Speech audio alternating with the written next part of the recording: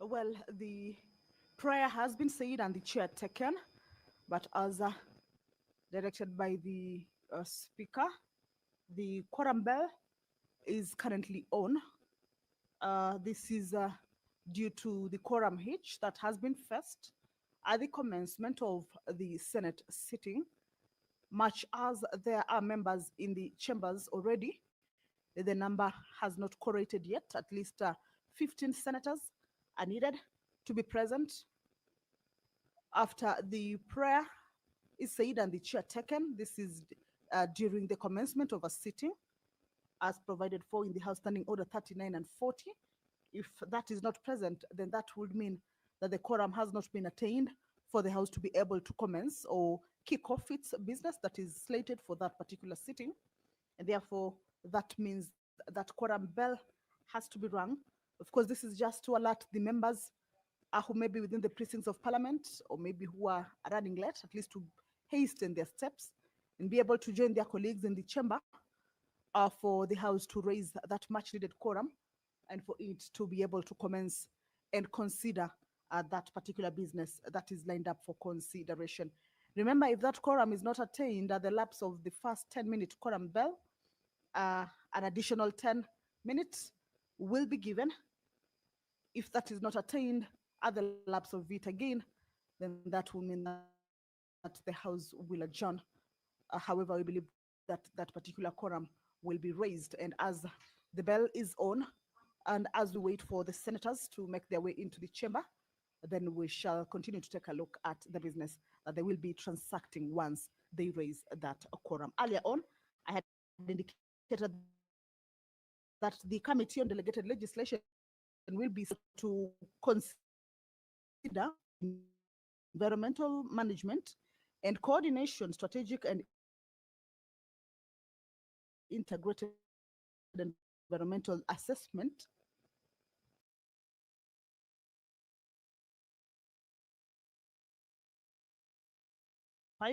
legal notice number 71 of 2025.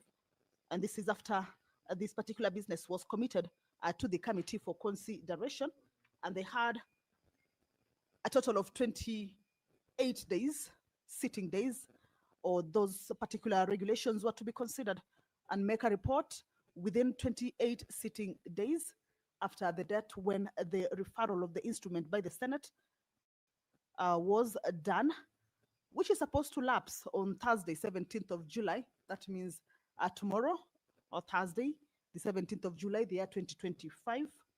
However, the committee is seeking for an additional time to be extended, the time for the consideration of that particular business for a further 21 days, because this is pursuant to Section 15, Paragraph 3 of the Statutory Instruments Act, to enable the committee consider objections raised by the public and make its resolution on or before the 7th of August, the year 2025. This is part of the business that the committee, the Select Committee on Delegated Legislation, through its chair, will be seeking to have the House enable it, have the time to consider that particular business extended for it to be able to conclude on that particular business. If you're just joining us, is that the House is about to commence its business. A quorum hitch has been faced at the commencement of its sitting, and currently is a quorum bell that is on for the members to be able to make their way into the chamber and join the rest of their colleagues who are already inside, getting ready for the business that is lined up for a consideration this afternoon. That is a quorum that would pave way for the House to commence its business, because as provided for in the standing orders, if that quorum is not raised, then the House risks being adjourned until the next sitting. The prayer has already been said and the chair taken by the speaker. As you can see, he has already taken his seat, of course, awaiting the House to raise that quorum. It is a House of rules and therefore will need to abide by its own rules, and therefore that quorum is what we are waiting for before we hand you over to the proceedings that are just about to start. Once that quorum is attained, then that business will, without any further delay, commence.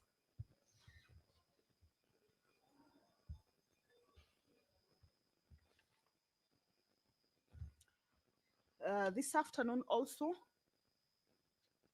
a notice of motion regarding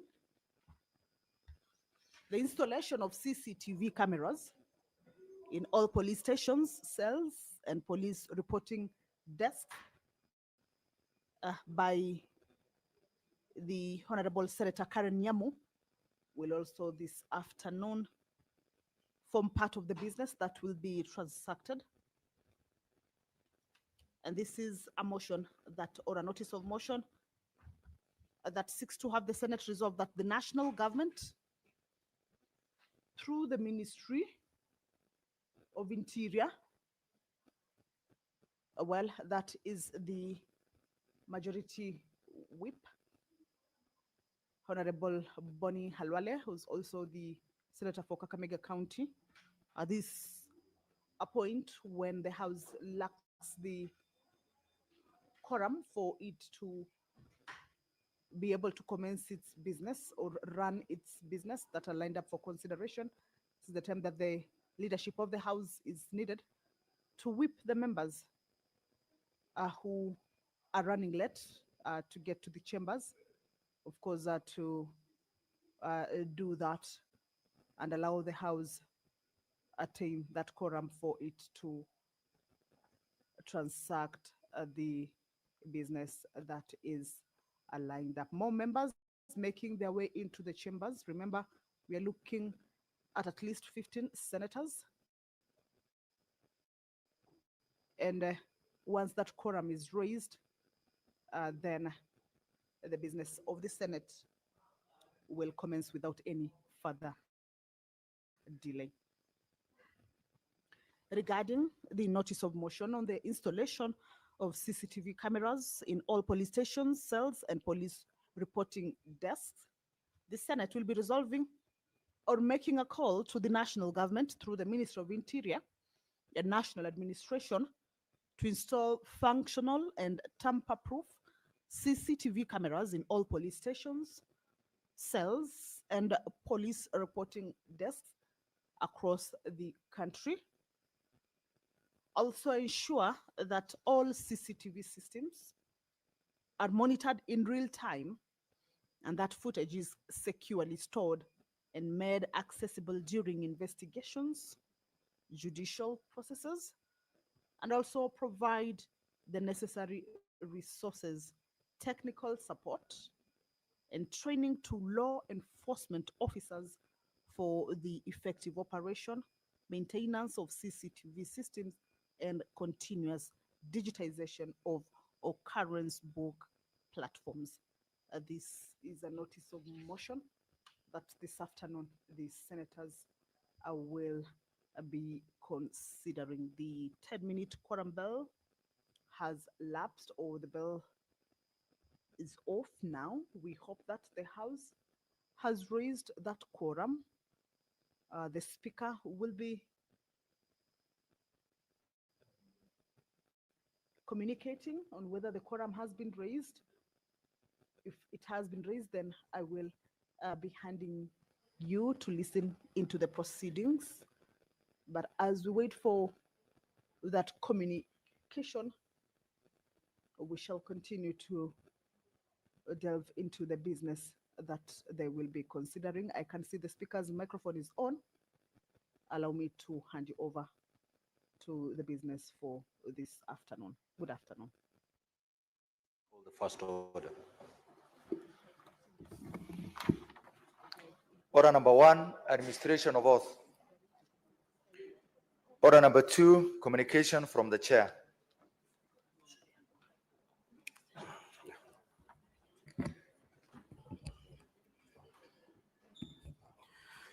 Honorable Senators, would like to acknowledge the presence in the public gallery this afternoon of visiting teachers and pupils from Nyaikungu Primary School in Kirinyaga County. The delegation comprises 14 teachers and 139 pupils who are in the Senate for a one-day academic exposition. Honorable Senators, in our usual tradition of receiving and welcoming guests to Parliament, I extend a warm welcome to them, and on behalf of the Senate and my own behalf, wish them a fruitful visit. I will call upon honorable senators in our usual tradition of receiving and welcoming guests to Parliament. I extend a warm welcome to them. Senator, you may proceed under 1 minute. On my own behalf, wish them a fruitful visit. I will call upon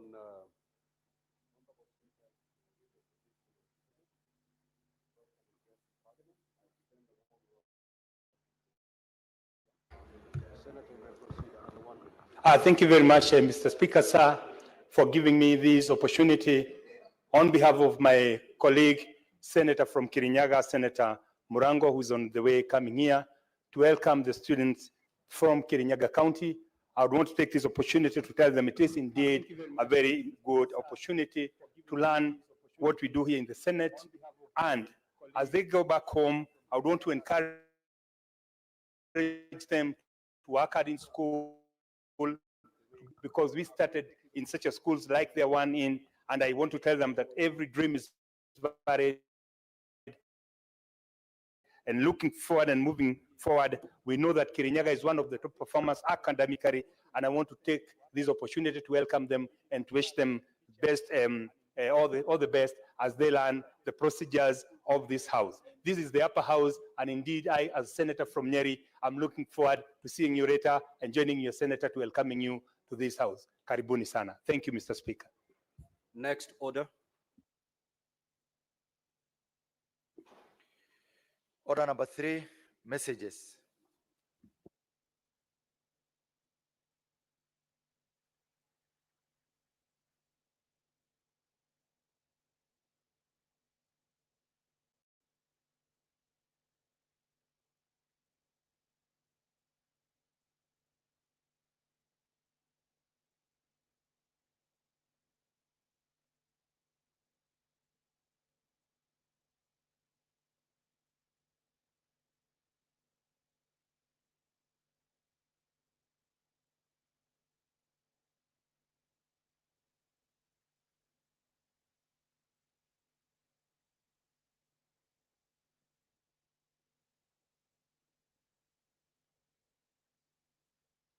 Next order.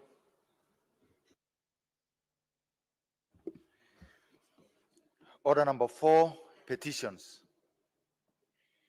Order number 5, papers. Senate Majority Leader.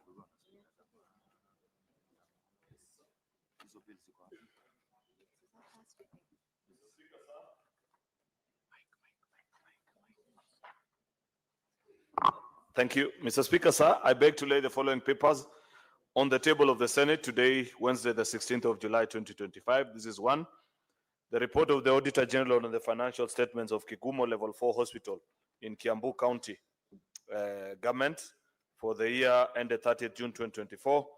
And number 2, affordable housing regulations, legal notice number 114 of 2025. Mr. Speaker, I beg to lay. Next order.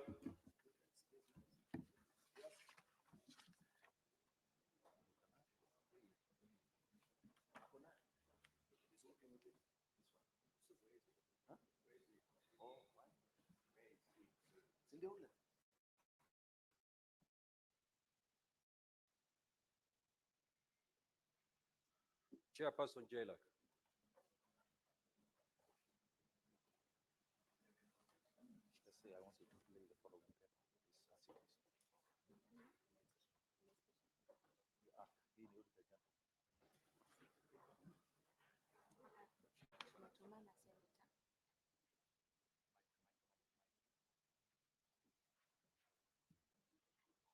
Thank you, Mr. Speaker.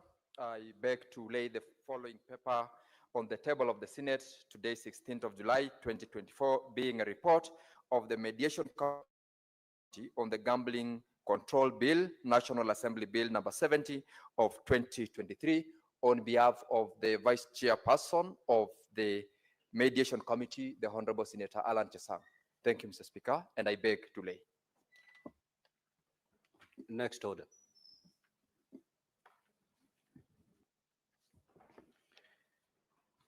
Order number 6, notices of motion. Senator Karen Nyamu.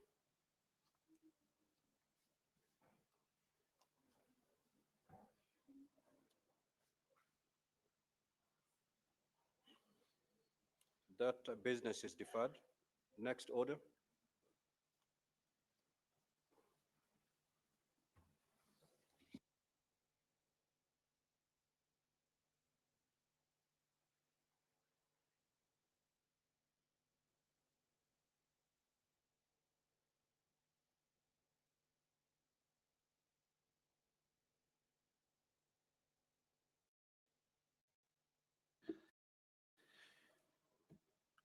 Order number 7, questions and statements.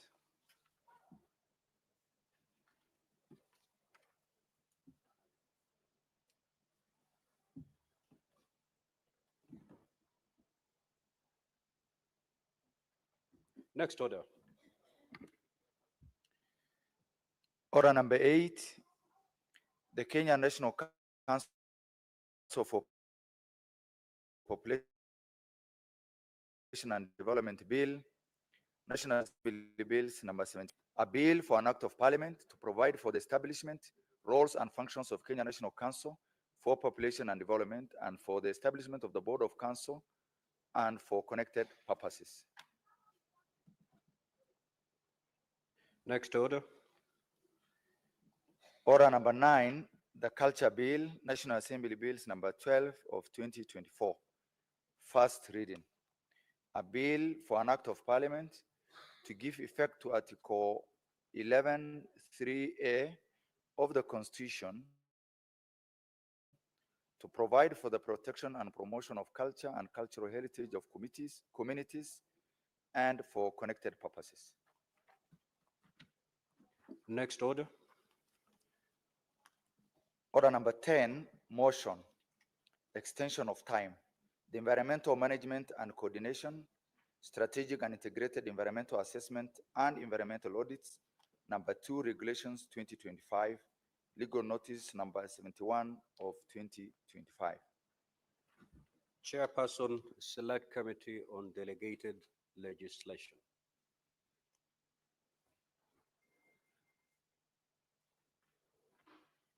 Thank you, Honorable Speaker. Honorable Speaker, I beg to move that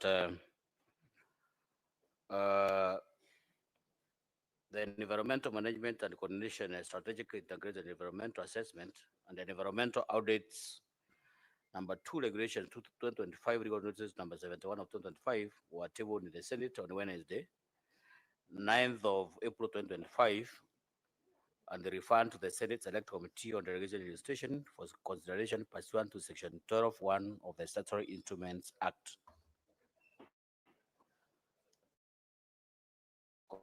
Cognizance that the committee is required to make a report within 28 sitting days after the date of referral of the Statutory Instruments Act, which elapses on Thursday, 17th July 2025.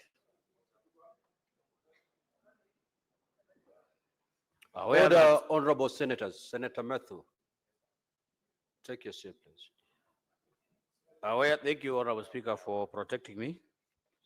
Aware that Section 15(3) of the Statutory Instruments Act provides that by a resolution, Parliament may extend the time for consideration of statutory instruments by a period of not exceeding 21 calendar days.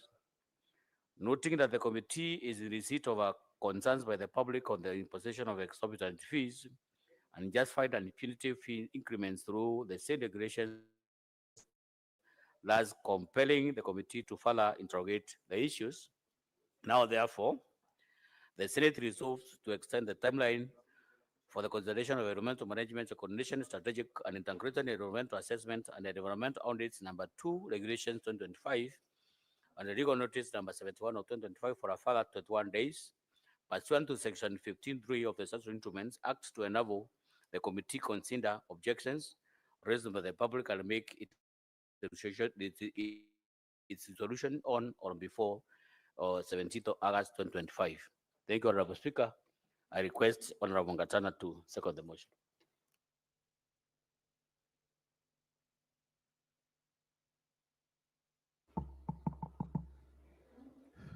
Mr. Speaker. Mr. Speaker, the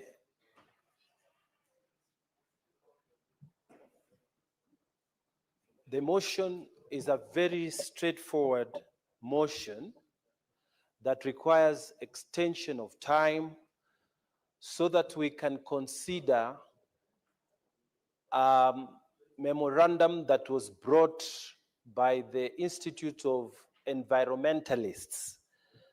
Mr. Speaker, this memorandum raises substantive issues about the charges that have been proposed in this new regulation. And Mr. Speaker, the contention by the citizens is that those charges are exorbitant. Mr. Speaker, when we were supposed to have considered it within the time, we were considering the matter of the impeachment of the governor of Isiolo. So that interfered with our timelines on the other side.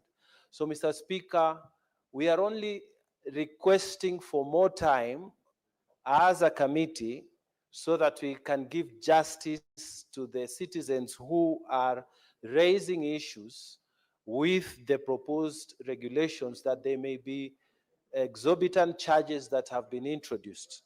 Mr. Speaker, in seconding this motion, I ask fellow senators to support it as a procedural motion and allow us to do the work on your behalf for the benefit of the citizens who have raised concerns and the country in general.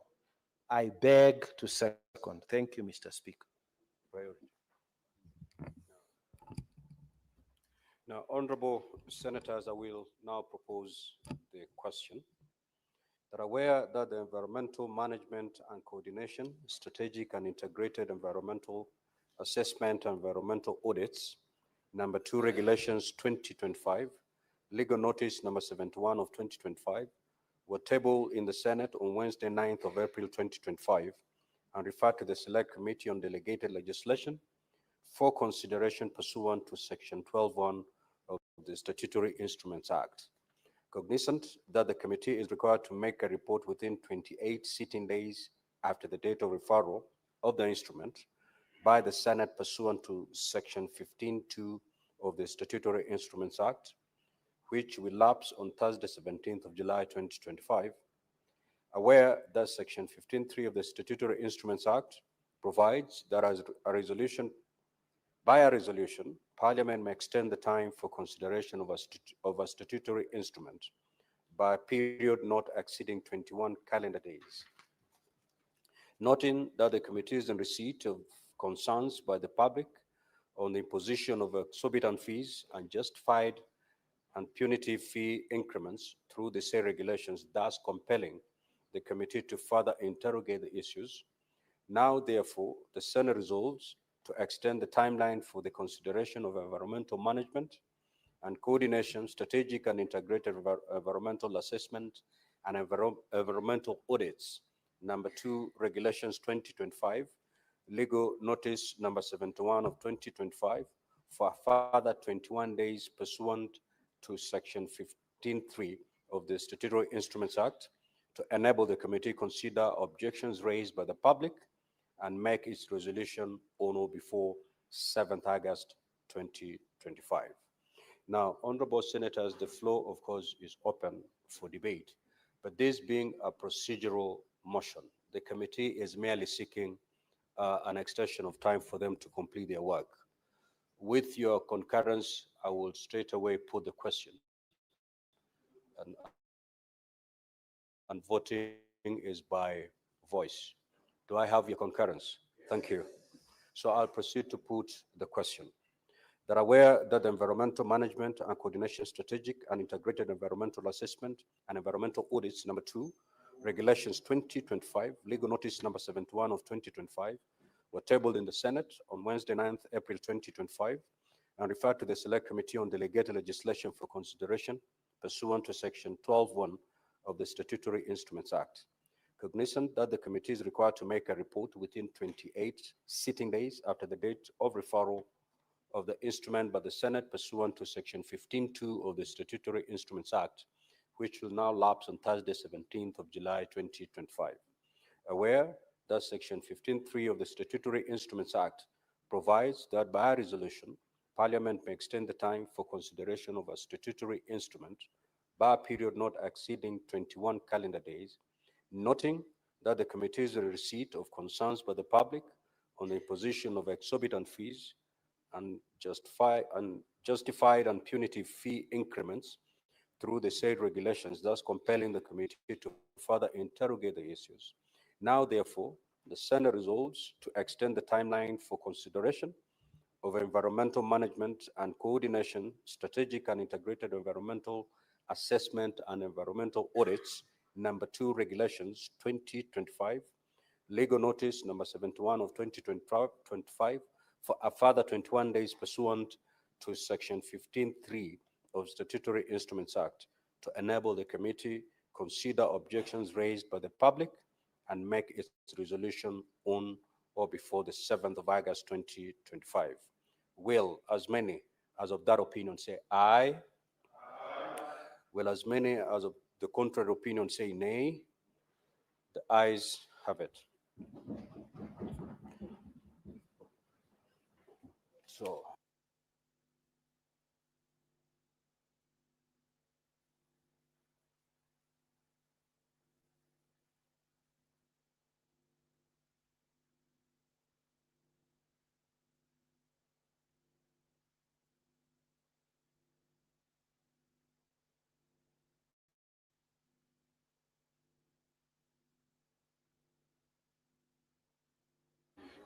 honorable senators, pursuant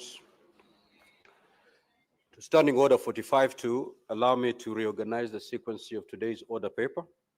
We will proceed to order number 7, and thereafter proceed to order number 18. Once we are done with those two, we will resume normal flow as contained in today's order paper. Clerk, you may proceed to call the order. Order number 17, the Equalization Fund Appropriation Bill, Senate Bills number 7 of 2025. Second reading. Senator Ledama Olekina.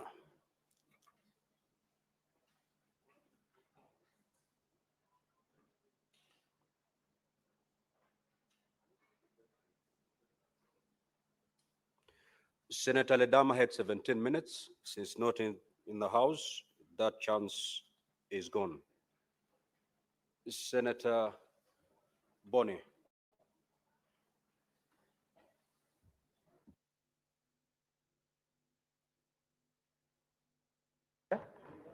No, it was moved by somebody else. Thank you, Mr. Speaker. Mr. Speaker, this is a very important motion which sits not just at the core of the letter of the Constitution. More importantly, the Equalization Bill was about the spirit of the Constitution of Kenya 2010.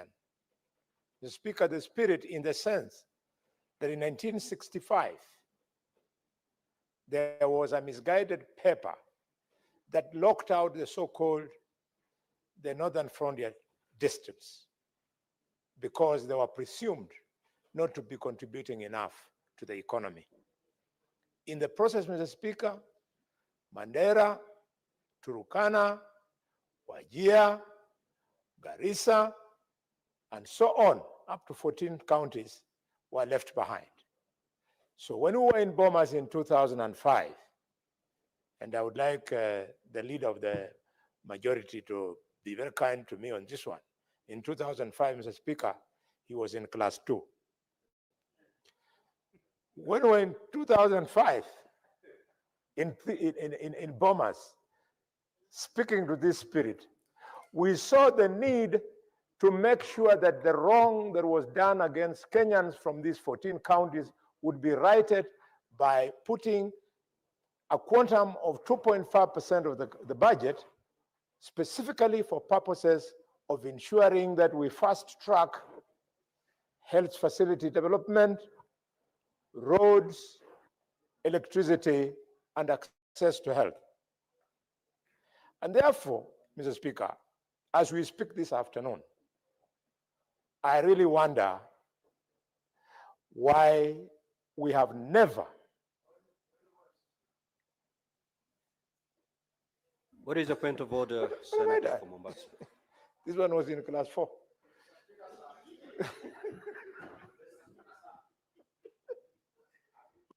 Comprehend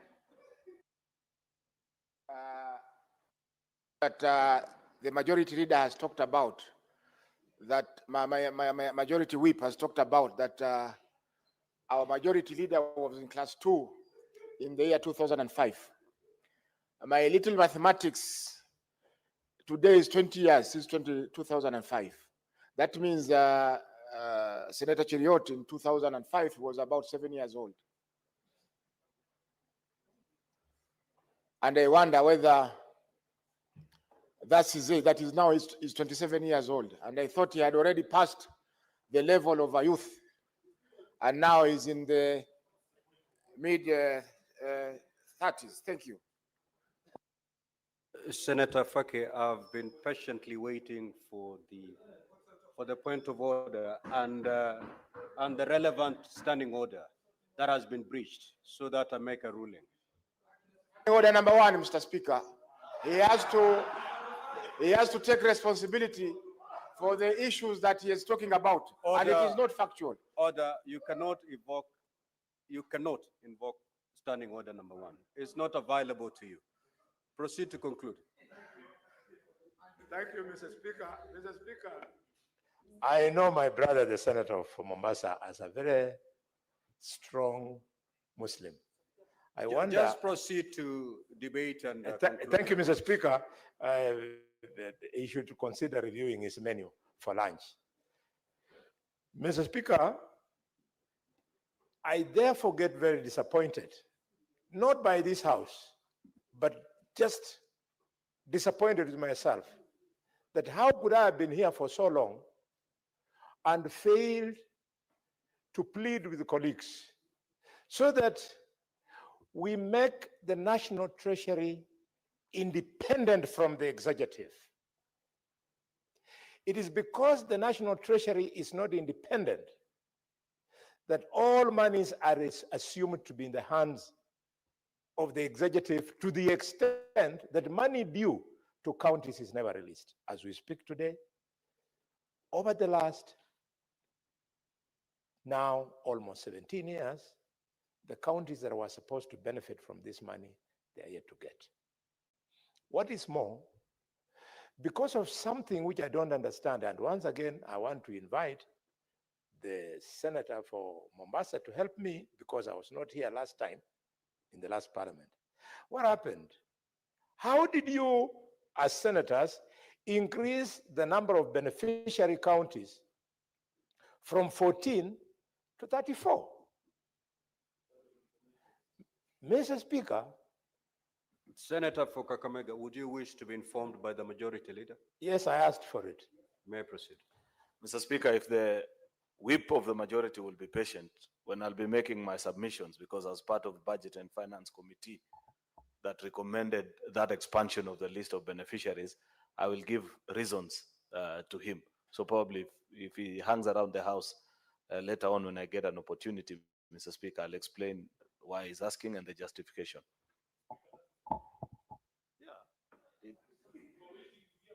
So, Senator for Kakamega, you can do whatever you wish to do with the information you've been given.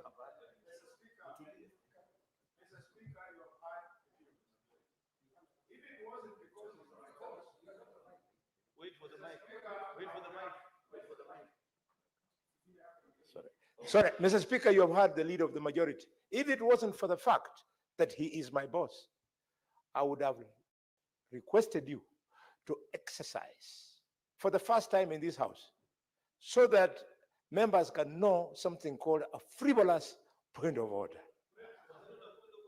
A frivolous interference with my debate the way he has done. He thinks I don't know what they did. In fact, that finance committee must have been one of the weakest.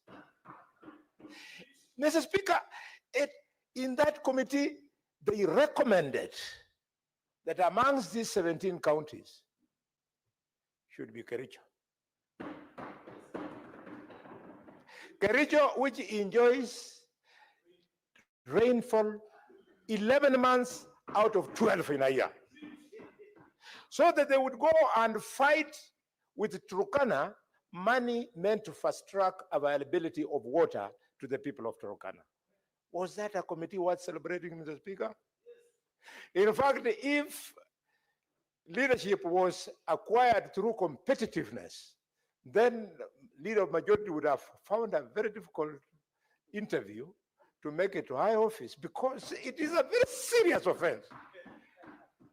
I say this with maximum respect, no tribalism in my heart, because even back home in Bungoma, Bungoma has been allowed to benefit from this money. It's not supposed to. No.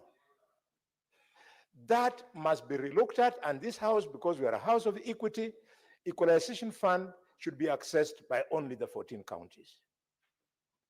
Mr. Speaker, you have had the privilege as a national party leader of the power to fly across the republic. Mr. Speaker, you have seen how the countryside of Kenya just looks like. You don't even have to be educated by anybody to know that this one deserving, this one is not deserving. We have to build patriotism in this country by saying that our brothers left behind, we hold their hands, we move together. You know, Mr. Speaker, when this debate was going on at that time, and Edwin, this one will amuse you, Sifuna, there's somebody who said, no. Honorable Bonne, Yes. you refer to your colleague as Honorable Senator. You may not mind, but the language of the House, your brotherhood is outside of this chamber. May you extend that relationship. Thank you, is Mr. not known Speaker. in this chamber. Mr. Speaker, you know, sometimes it's so difficult to think in vernacular than speak in English. When I was thinking in Kiluya, in Luya culture, a younger brother like this one is always your baby. So I sometimes forget that he's a senator because he's my younger brother. It was actually a statement of love. Senator of Nairobi, you'll be amused. Some of the people who insisted that this should not be the case, no sooner oil was discovered in Turkana than they ran and bought blocks of fields in Turkana so that they become property owners in speculation that probably in that block he has bought, then oil will be struck. I tell you, these ignored counties that we have, I have named some of them, resources will fall there, and we shall all be running there or depending on them, because they will be the prime movers of the economy of the Republic of Kenya. Mr. Speaker, having said that, I therefore want to amplify my thoughts on an independent national treasury. We should make the national treasury independent so that no phone call comes from the office of the president, from the Senate, from some other powerful ministry, either prime cabinet secretary or minister of interior, to force them to push money to some areas simply because development is supposed to follow power. We would like development in this country, Mr. Speaker, to follow meritocracy. If it was following meritocracy, Mr. Speaker, the shock that I've received today, this morning, from which I'm still reeling, would not have occurred. Cabinet sat 2 months ago, announced that the road from Rironi to Nakuru, Mau Summit, Eldoret, Kabrengo, Webuye, Punkandui, up to Malaba would be a dual carriage. Today, the minister has come and has told the people of Western Province that goalposts have since been shifted to the extent that now the dual carriage will stop at Mao Summit, and the budget, which was meant to push it to Malaba, would now be used to now do a detour to go to Mai Mahiu and hopefully Narok or where. I didn't want to tell the minister because I would have been out of order because I have no facts. But could it be that the all-powerful minister for roads comes from Pomet, and this is why he wants part of that pie to be detourred to go to Pomet side to avoid it going to Malaba. This decision will have to be reviewed and possibly reversed. Mr. Speaker, you cannot lock out Western Province from such a flagship project. And even if you don't like the face of the people, mainly the men of Western, we have some very beautiful women from Western. At least use their faces to give them development, Mr. Speaker. Mr. Speaker, I say this with a lot of pain. It is only a few years ago, Mr. Speaker, that a basic thing like a national school was being given now to Western, when other parts of this country have had national schools from independence. So much so that the majority of the elites you see from my region have had to make it academically by going to national schools outside the region. It is this marginalization that makes some of us get confused, get angry with government, and this, Mr. Speaker, might stop. And if they don't want to stop it because of the politics they want to pursue, let me teach them a bit of economics, which I don't understand. Economics says Kenya's #1 trading partner is Uganda.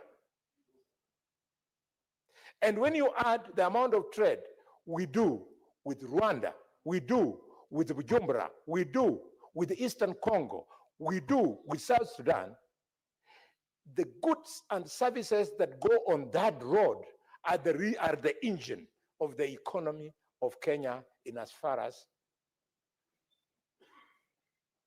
import and export is concerned as a revenue stream. If we must grow this economy of Kenya, in this government and the government that will come thereafter, there are two minimums we must do. And that minimum is not mine. It was in Vision 2030, Mr. Speaker, of President Mwai Kibaki. It was, you dual the road from Mombasa Port all the way to the border. And it went further and said, and for information, Mr. Speaker, it's just a reminder to you, you are our minister in the East African community. You know the blueprint of the road network in the East African community, which says that that dueling would not end at Malaba, but the community will help the dueling to go all the way to the Kampala, all the way to Kigali, all the way to Goma, all the way to Bujumbura. Then we open the economy, Limb 1, and then Limb 2, LAPSET projects, Lamu, Seaport, Mr. Speaker, then you do the roads all the way to Ethiopia and all the way to South Sudan. If we open these arteries, we will grow the economy of Kenya. We won't have to export our youth to go and look for jobs in Dubai and look for jobs in other funny places who have no idea how difficult it is for you to take care of your pregnant wife so that she gives birth, so that you educate that child. They don't know. We do it for them, and then we give them our professionals. We need to create these jobs here at home. And how do you do it? You have to open the economy. You think proactively. Mr. Speaker, I've had to emphasize this thing, and I want to appeal to colleagues. Let us make the national treasury independent, then equalization funds will flow. and other decentralized funds will flow. Mr. Speaker, finally, but not least, I want to use this opportunity to congratulate CS Mbadi. The Speaker, I had a meeting with Mbadi of 2 hours. That minister seems to know what he's doing. We only need to tweak him a little bit. He knows what we are doing, but he's under pressure of politics, whereby he's forced to then tweak some projects to Nyanza. Once you correct that, Mbadi is a good fit for that ministry. Mr. Speaker, with those many remarks, I support. Senator Faki. Asante Mheshimiwa Spika kwa kunipa fursa hii kuchangia mswada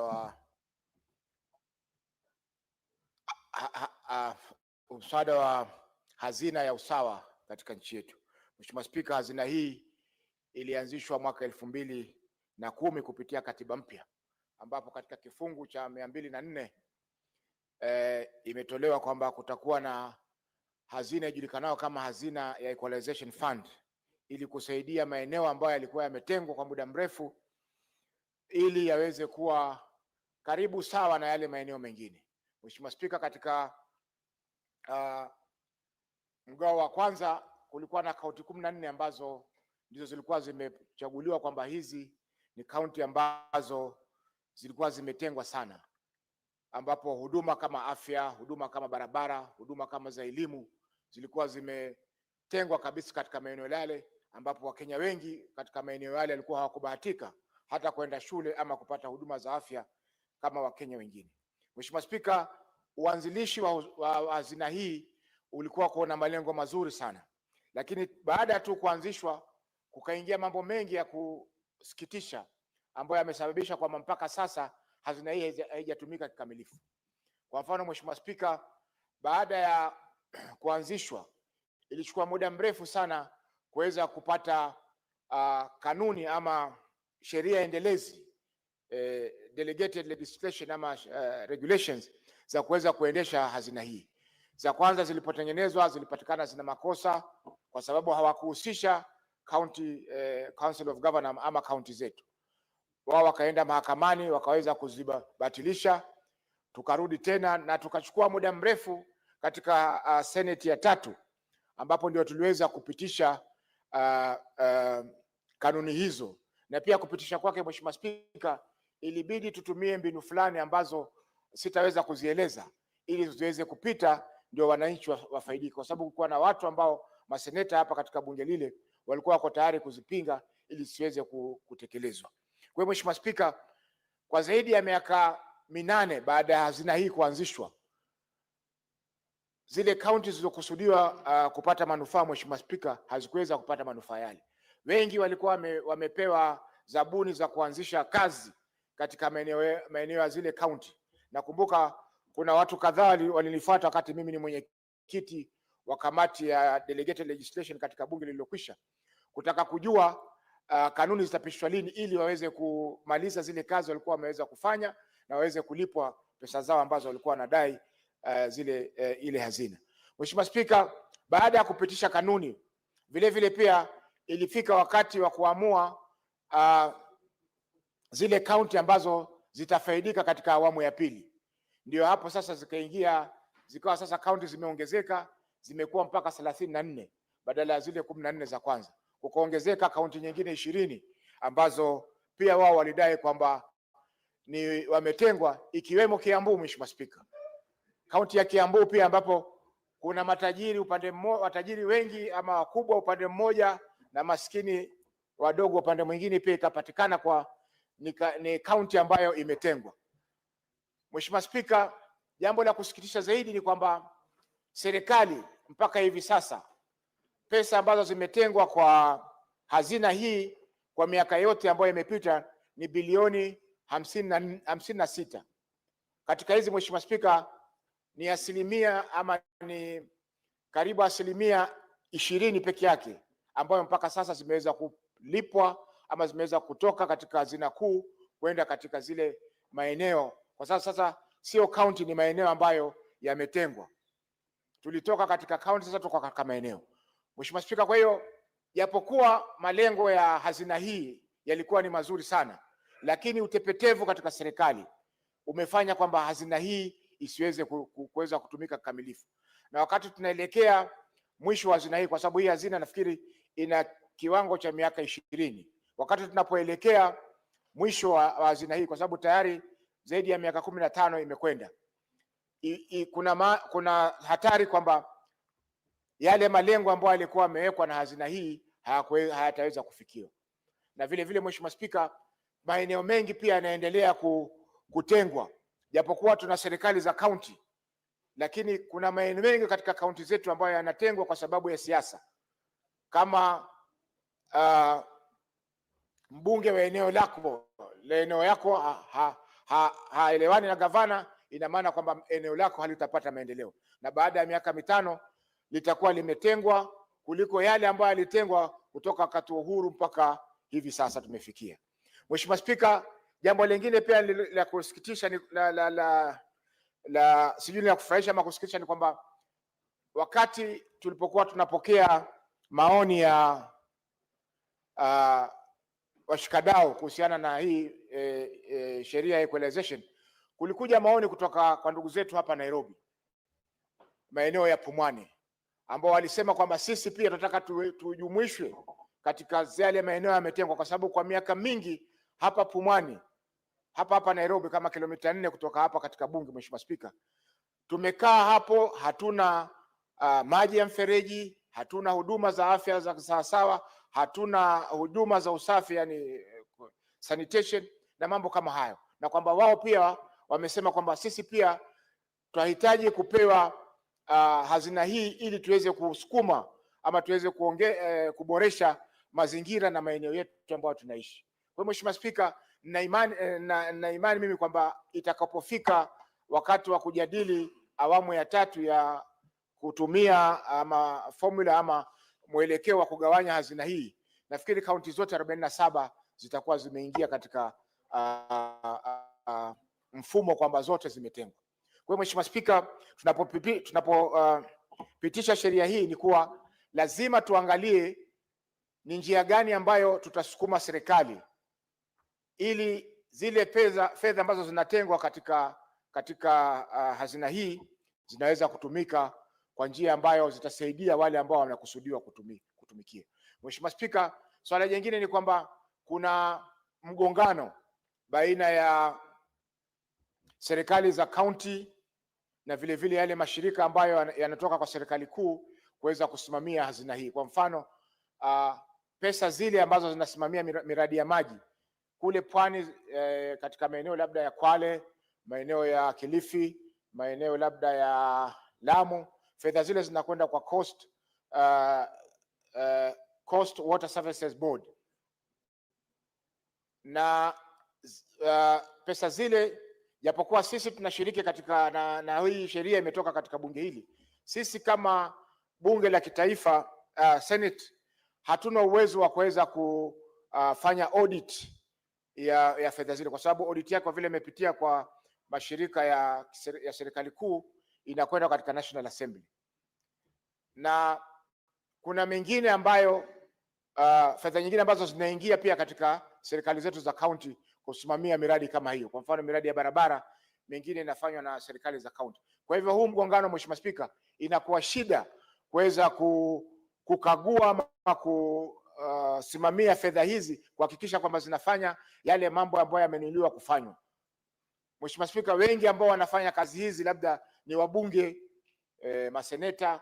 Kwa hivyo inakuwa tatizo kuweza kusimamia ukaguzi ama audit wa fedha hizi, ili kuona kwamba zile kazi ambazo zinanuiwa kufanywa zinafanyika, ili tuweze kutoka katika lile lindi la kutengwa na wao waweze kupata huduma kama vile sehemu zingine za nchi yetu ya Kenya zinapata huduma hizo. Kwa hiyo Mheshimiwa Spika, mimi naunga mkono sheria hii, na kwamba lazima tuweze kuhakikisha kwamba zile fedha zinazotengwa kila mwaka kwa hazina hii, kwanza zinawekwa kwenye sheria, zinawekwa kwenye budget, na vile vile pia zinalipwa kwa wakati unaofaa, kwa sababu hii ni kama zile pesa za dharura.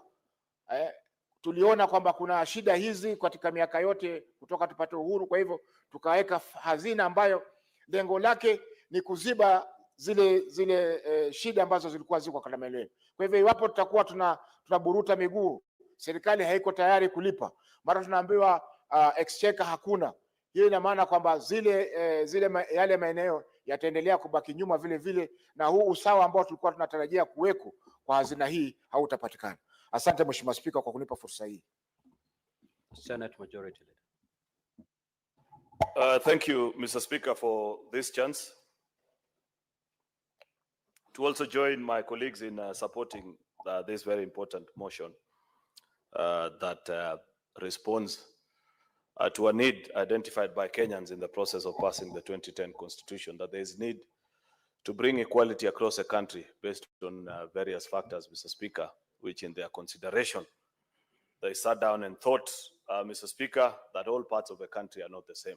And I have taken time, Mr. Speaker, to explain earlier, though perhaps the person that I informed, the Senator for Kakamega, either chose not to understand me, Mr. Speaker, was a fixed position on this issue, Mr. Speaker, and therefore found the information not useful to himself. Mr. Speaker, I am disappointed in the two members that have spoken because they are both members of Budget and Finance Committee, and they continue to perpetuate a particular thinking which Kenyans disagreed with in 2010, Mr. Speaker, because they felt that without good basis, identifying and believing that there are certain parts of the country based on the general observation, Mr. Speaker, that people who live in a certain area, Mr. Speaker, are wealthy, and people who come from certain regions, Mr. Speaker, are poor, that is the basis upon which you determine whether the standards of livelihood are what being brought up to the same level nationally or being left out, Mr. Speaker. It is as if assuming, Mr. Speaker, that everybody that lives in Karen is wealthy. Yet, you know, within the abodes of Karen, Mr. Speaker, there is Kuwinda slum. Yet everybody believes, Mr. Speaker, that if you are to just make a general determination and say, oh, people that come from a particular region, you should never address their needs. Because people that come, I heard Senator Faki say Kiambu, for example, that he is surprised why Kiambu makes it to the list. I would put it to them, Mr. Speaker, that in the year 2018, Budget and Finance Committee received a petition from members of the public. And they felt that the first marginalization policy passed by the CRA, Mr. Speaker, marginalized certain areas because it followed this kind of thinking that in the general interpretation and based on our own thoughts and ideas, that there are certain regions and there are certain parts of the country, Mr. Speaker, that are way ahead because of certain beliefs.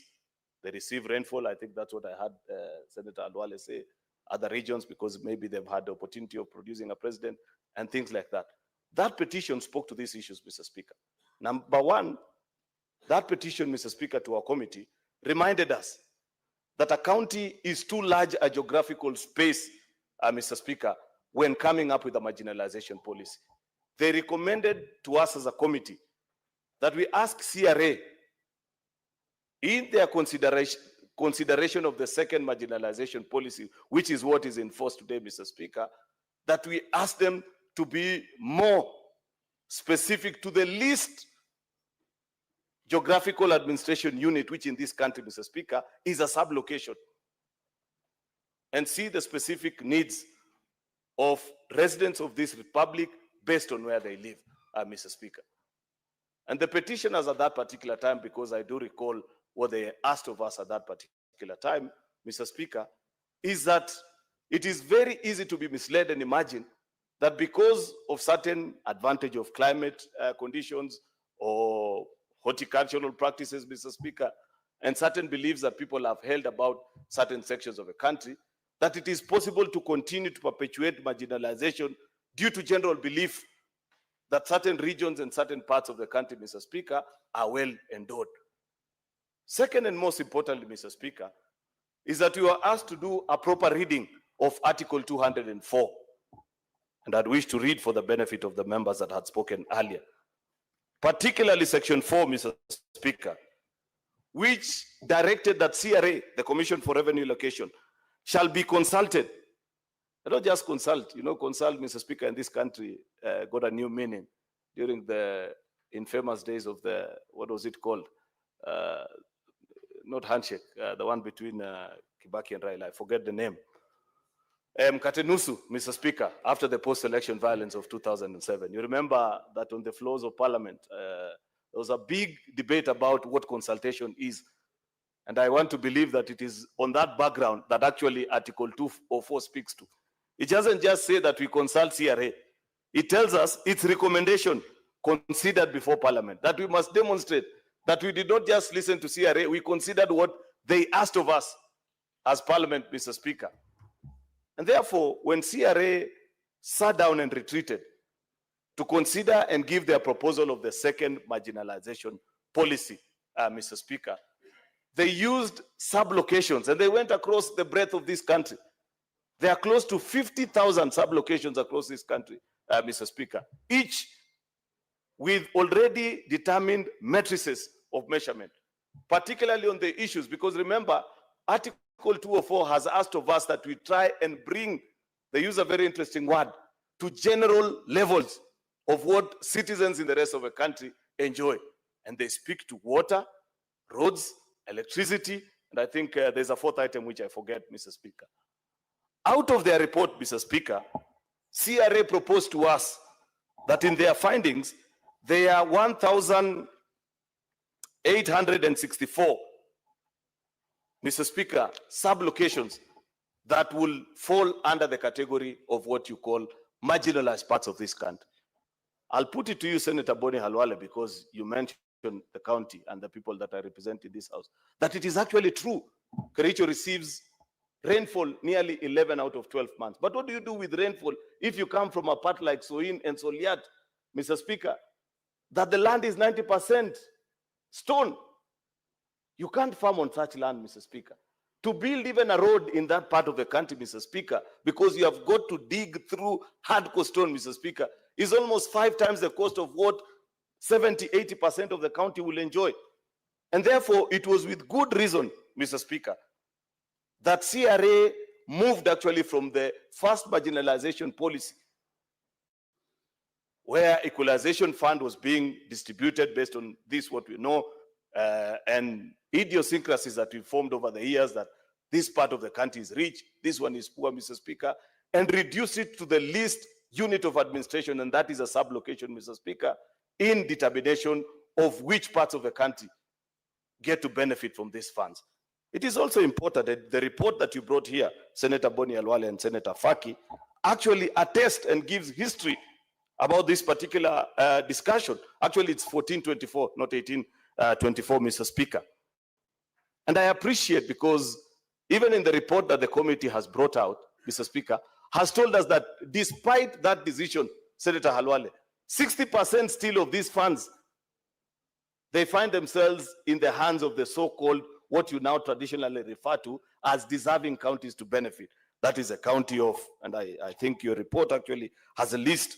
For example, in this bill, West Pokot will get 1.8 billion, Turkana will get 1.8 as well, Mandera 1.2, Wajir 1.2, Samburu 1.1, Garissa 1.1, and Baringo 970 million Kenya shillings, which tells you that they have not departed completely from the initial thinking that there are certain counties which generally, Mr. Speaker, suffer the bias of having been left by the rest of the country with regards to provision of services on those 3 or 4 aspects that the Constitution identified as important for the basic livelihood of an ordinary citizen of this country. And therefore, if you are found to be completely out of par with the rest of the country, then you meet that categorization, Mr. Speaker.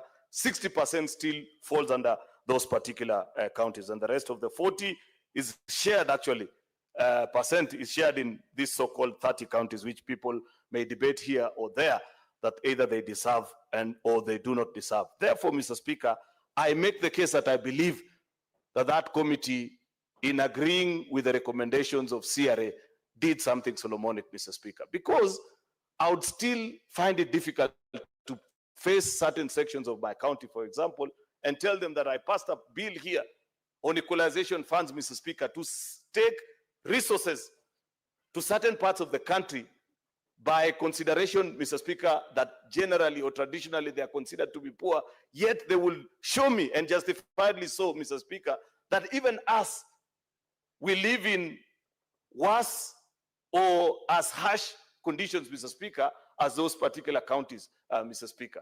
And the same can be said of all these 1424 sub-locations that have been listed in the second marginalization policy.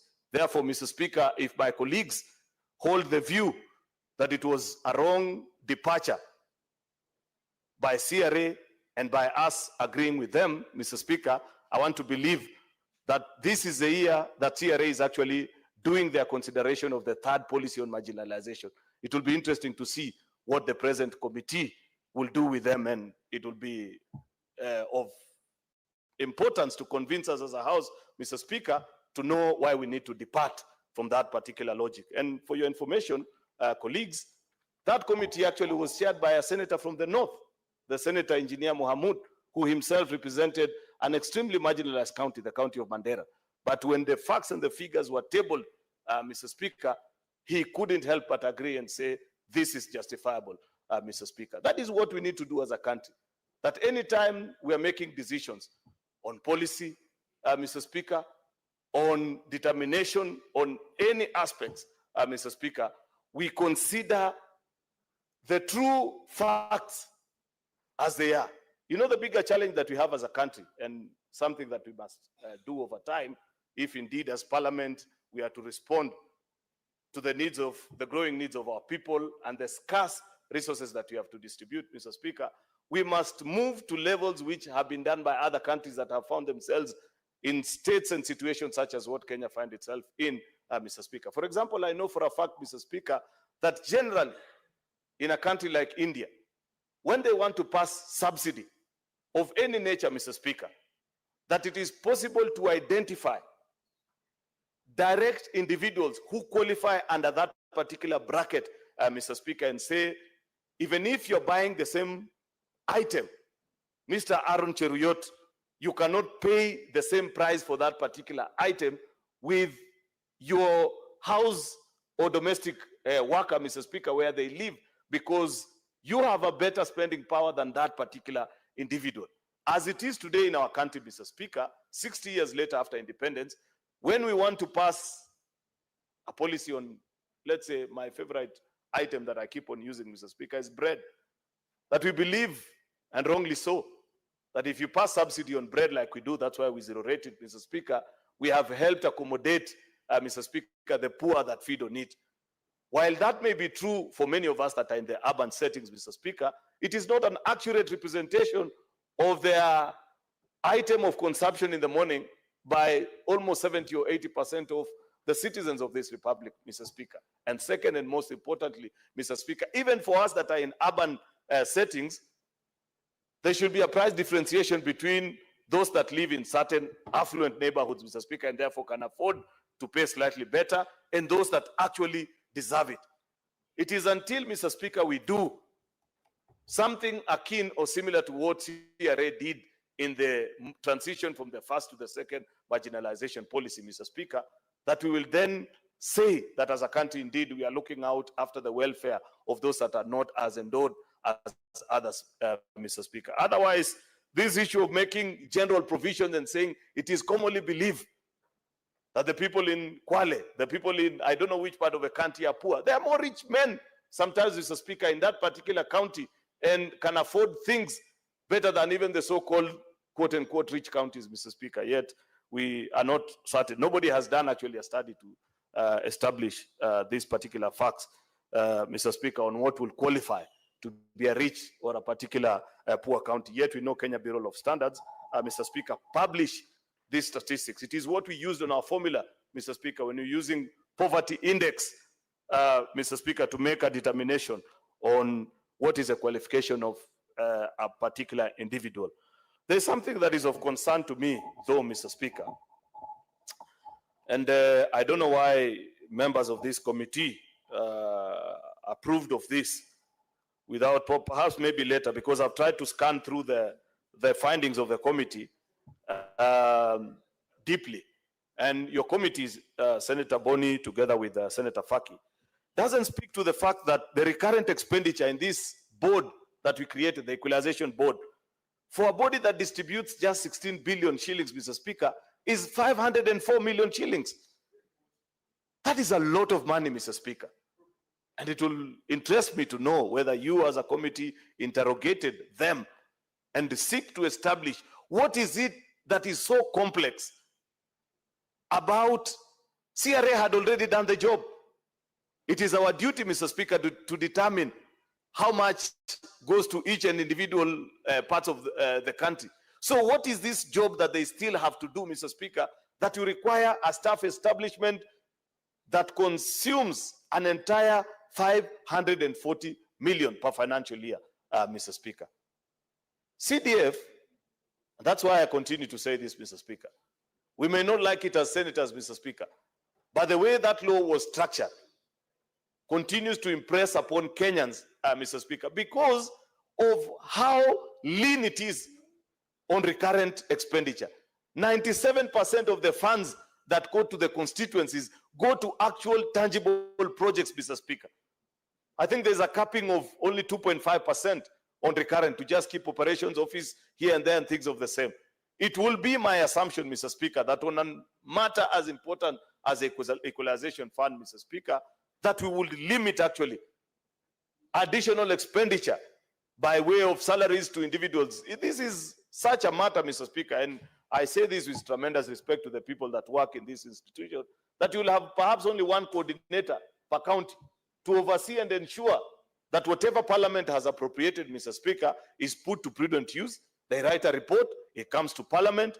If somebody has misappropriated the funds, Mr. Speaker, the laws exist on how to punish those individuals. Therefore, Mr. Speaker, that is a point of concern which I hope, Mr. Speaker, that when our committee gets to interact further in their nature of work, perhaps for the new financial year, Mr. Speaker, or later on, Senator Faki, you will come back to the House with a recommendation on how to take down that recurrent cost in this particular board, because it was a thinking actually of the Kenyan people that will spend more of these funds in trying to bring equality in the four listed area.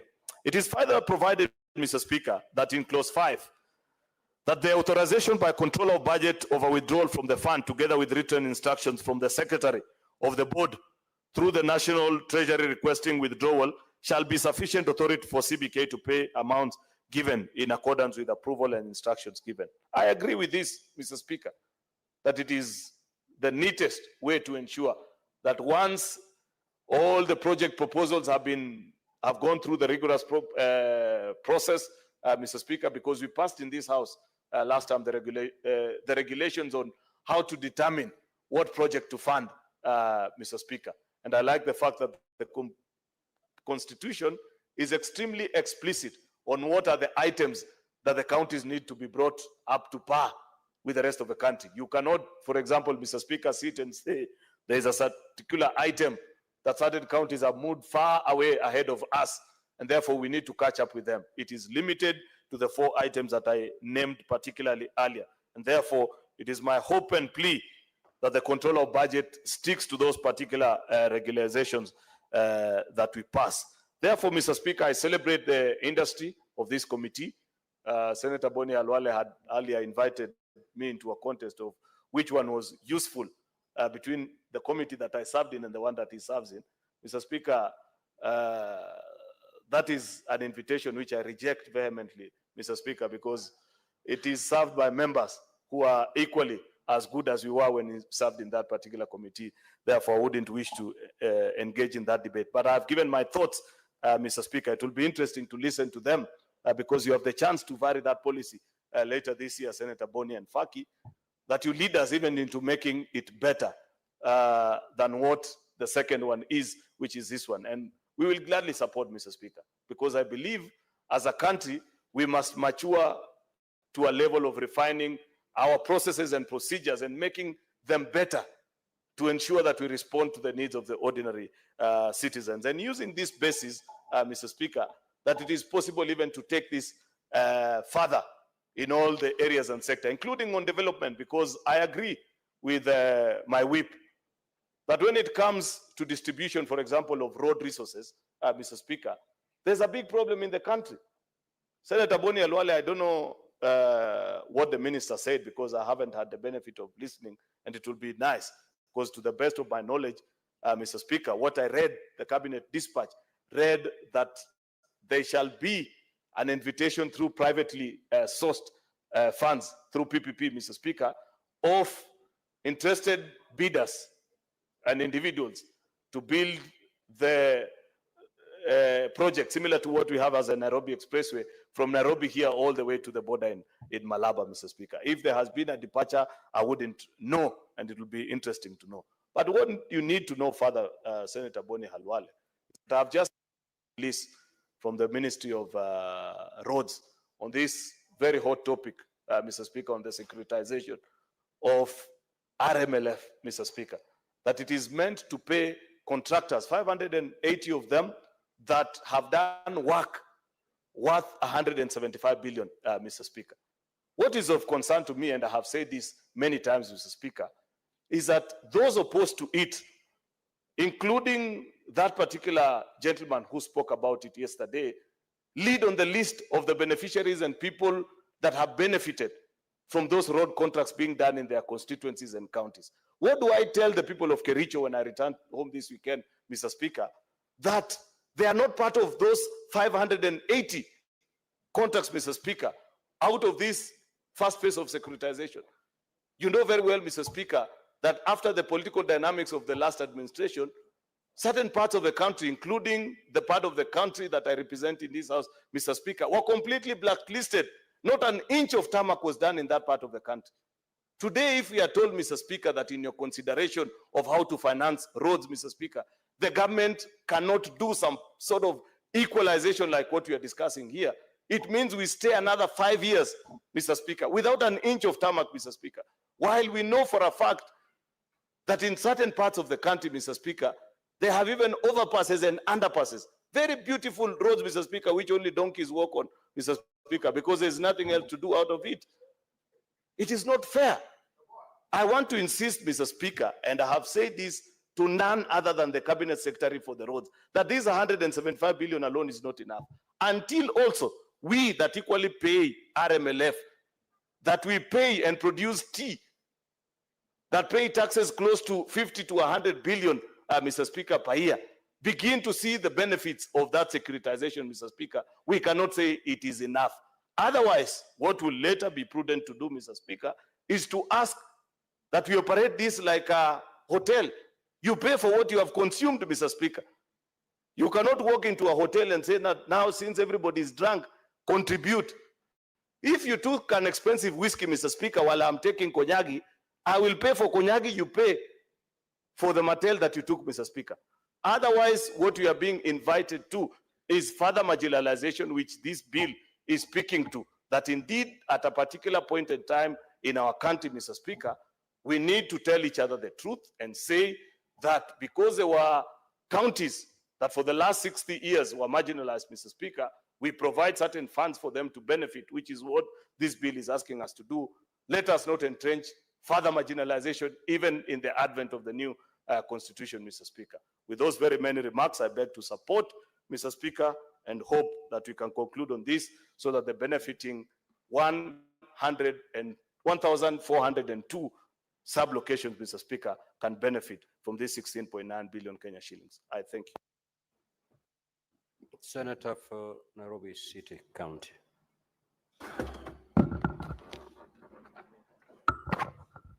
Speaker, you know, on many occasions I've had the majority leader threaten to bring a document that he happens to have seen in the office of the CS for roads that shows the inequity in the distribution of road projects over the past donkey years. But he never tables that document because not all of us have the benefit of access to the CS of roads or to his office. There was an invitation that was made here in the morning by CS Chirchir, a person that I respect greatly, that he wanted to spend some time with me to explain to me the plans for the ministry. I will politely decline that invitation, Honorable Speaker. I have become very averse to conversations that are had in private. I was elected to a public space so that everybody can see what it is we are having that conversation, what conversation we are having in these dark areas, Honorable Speaker. Because the public also needs to partake of this information. So, Majority Leader, I want to encourage you that next time, please bring to us that document, because we hear a lot of stories, Honorable Speaker. But secondly, Speaker, I wanted to say that I think you have a responsibility as the head of this House to ensure that every senator who comes to this House gets opportunity to travel to every corner of this country. I was in Mandera, and the Honorable Speaker, because I'm a lawyer, I'm a Bukusu man, I believed that the sweetest meat you can eat is chicken meat that is cooked by your mother. When I go to Mandera, Honorable Khalwale, they have meat they call nyiri nyiri. It is camel meat. It is extremely sweet. And when I was there, I said, Mr. Speaker, if you are just used to eating in your mother's house, you will believe that your mother is the best cook. People need to move from the areas and see the suffering that is out there. Mandera County, an entire county, has no access to electricity. Then you come and tell us, Honorable Speaker, anyway. Speaker, there is a community called the Chamus that live in Baringo. I have had occasion to go to Baringo. Honorable Speaker, those people live outside. When it rains, they are rained on. If you see the features in the news about how the people are living in those places, it is despicable. Then you come and tell us stories here about your area is also marginalized. People need to travel, Honorable Speaker. And when you are in this House, no wonder I support these senators who call themselves a senator of the Republic of Kenya. You are a senator for the whole republic. For the whole republic. When you vote here, you're just voting for your village. You're voting for all of these people, and all of these people require you to petition on their behalf. Speaker, if you look at Article 204, Sabbatical 2, the framers of this constitution, fortunately for me, when Bombers was happening, I was not in primary school. I was at the University of Nairobi. We were those students who were being tear gassed inside the university buses by police when we were going to protest the killing of Mbai, Honorable Speaker. We started eating tear gas at a very early age. And we want to stop eating tear gas. In future generations, we don't want to be using these weapons on our children. The spirit of the Constitution, Honorable Speaker, when they were framing it, they spoke about Article 204, Sabbatical 2, the basis, the rationale for this fund is to provide basic services, just basic services, including water, roads, health facilities, and electricity to marginalized area to the extent necessary to bring the quality of those services in those areas to the level generally enjoyed by the rest of the nation as far as possible. So, when you want to start measuring marginalization, first of all, can we agree, what is the level of these services generally enjoyed by the rest of the nation? Honorable Speaker, where I come from, we are very blessed, and I wish the senator was here. Water comes from the ground in Bungoma. Yes, water comes from the ground. The people of Mandera have never experienced that phenomenon. So how can I drag money for water from Mandera to Bungoma? What conscience is that, Honorable Speaker? What argument would you make to justify that? There is no justification. We have the largest solar power plant in the country, somewhere in Marsabit in Longalayani, but the people of Marsabit themselves don't have power. That power, they just see it flying on top of them. Then it goes to Suswa in Narok, and the rest of you here come and tell us, oh, we also need money. I think we need to be serious, Honorable Speaker. So, for me, really, I don't have a problem with some of the things that the majority leader are saying, that there was need to relook at the formula, then we come to the smallest possible unit. There is no problem. How I wish we had done that after we had helped the counties, the initial counties, to benefit from this fund, so that we realize the initial objective of this particular fund. I would have no objection, because even here in Nairobi, Honorable Speaker, just last week, I brought a statement before the Committee on Energy. There are entire wards that have gone years without electricity. Hospital ward in Madare has gone 4 years without electricity. In Majengo, Honorable Speaker, in Kamukunji, Gorofani, people have gone for 2.5 years without electricity. In Embakasi South, there are places that don't have electricity. Honorable Speaker, the spirit of this thing is not about whether you are rich or poor. The spirit is services. The spirit is services. It's pegged on services and availability of services.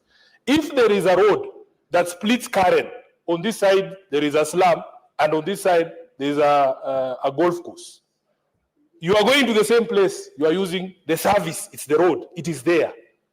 What we are speaking to, Honorable Speaker, is access to these services on a basic level. You go to the Mandera Hospital, Honorable Speaker, it serves 3 countries. There's people who come from Ethiopia, there's people who come from Somalia, all of them are there. A county that has seen the first kilometer of tarmac after we introduced devolution. This is 2013. People have been driving on tarmacs from the 1960s. These guys are seeing tarmac in 2013. That is what this particular provision had come to address. So even as we speak, Honorable Speaker, I have challenged you. I remember when we were doing the campaign in 2022, because we wanted cultural exchanges, we would get buses of people from Homa Bay who have never been past Nakuru to go all the way to Kirinyaga. They want to see how a potato farm looks like. How this brother of mine, what is his environment or weather that makes his hair grow the way it does? People need to experience other people's lives. We would take buses of people from Mount Kenya who have never gone past Nakuru, and who, if they are told that Bukusus in Bungoma eat people, they believe it. They have to go and see my grandmother's house and see that we eat just what they eat as well. In this house, Speaker, I'm challenging the Speaker to make sure, and I will give you a list of senators that I believe need to travel so that they can forget their mother's food and see how other people are living. So that when you speak here, Honorable Speaker, know that you are speaking for the entire Republic. So when we talk about marginalization, Speaker, people are living in squalor. My good friend here, the Senator for Narok, has a project that he invited me to join him in, just to build basic structures for the Ilchamus in Baringo. And all of you, Honorable Speaker, must join in that effort, because it is a noble cause. It is a very noble cause. So, Speaker, when I see these figures here, if you talk about Samburu, Narok, West Pokot, Wajir, Turkana, Tana River, those are places everybody knows. If you go to Tana River, and my brother is here, there was a time the senator for Tana River was there in Hola when it had flooded, and I saw the condition of your people. They were living on the road, in makeshift paper houses. Then somebody is here in Nairobi making noise telling us about building affordable housing. The housing that Ledama is building for Ilchamus is more valuable to that community than some of these high-rises we are doing here. People are making money from tender for supply of materials. Then they come and tell us they are doing affordable housing. Speaker, it breaks my heart, the conditions in which our people find themselves, and a leadership that appears to be blind to what the people really desire and deserve. So with those many remarks, Honorable Speaker, I would want that we revisit the spirit, the original spirit of this constitution. The original spirit of this constitution was to raise the standards of these services, Honorable Speaker, to the level that we all enjoy, or majority of us enjoy. Water, roads, health services, and electricity. Until every Kenyan is on the grid, please don't tell us you are marginalized. Don't talk to us about marginalization when at least you can access a health center, even if it doesn't have all the drugs you have. If you don't have, you shower twice. You shower twice in a day, but there are Kenyans who have no access to drinking water. Then you come and tell me, oh, yes, I'm being told by the leader of the Maasai that some communities are even using cow urine to shower. And here people are soaking themselves in bathtubs, Honorable Speaker, twice a day. It is very unfair. It is very unfair. And this is a situation that we must correct. With those many remarks, Honorable Speaker, I support. Senator Wamatenga. Thank you very much, Mr. Speaker, sir, for giving me this opportunity also to weigh in this very, very important matter.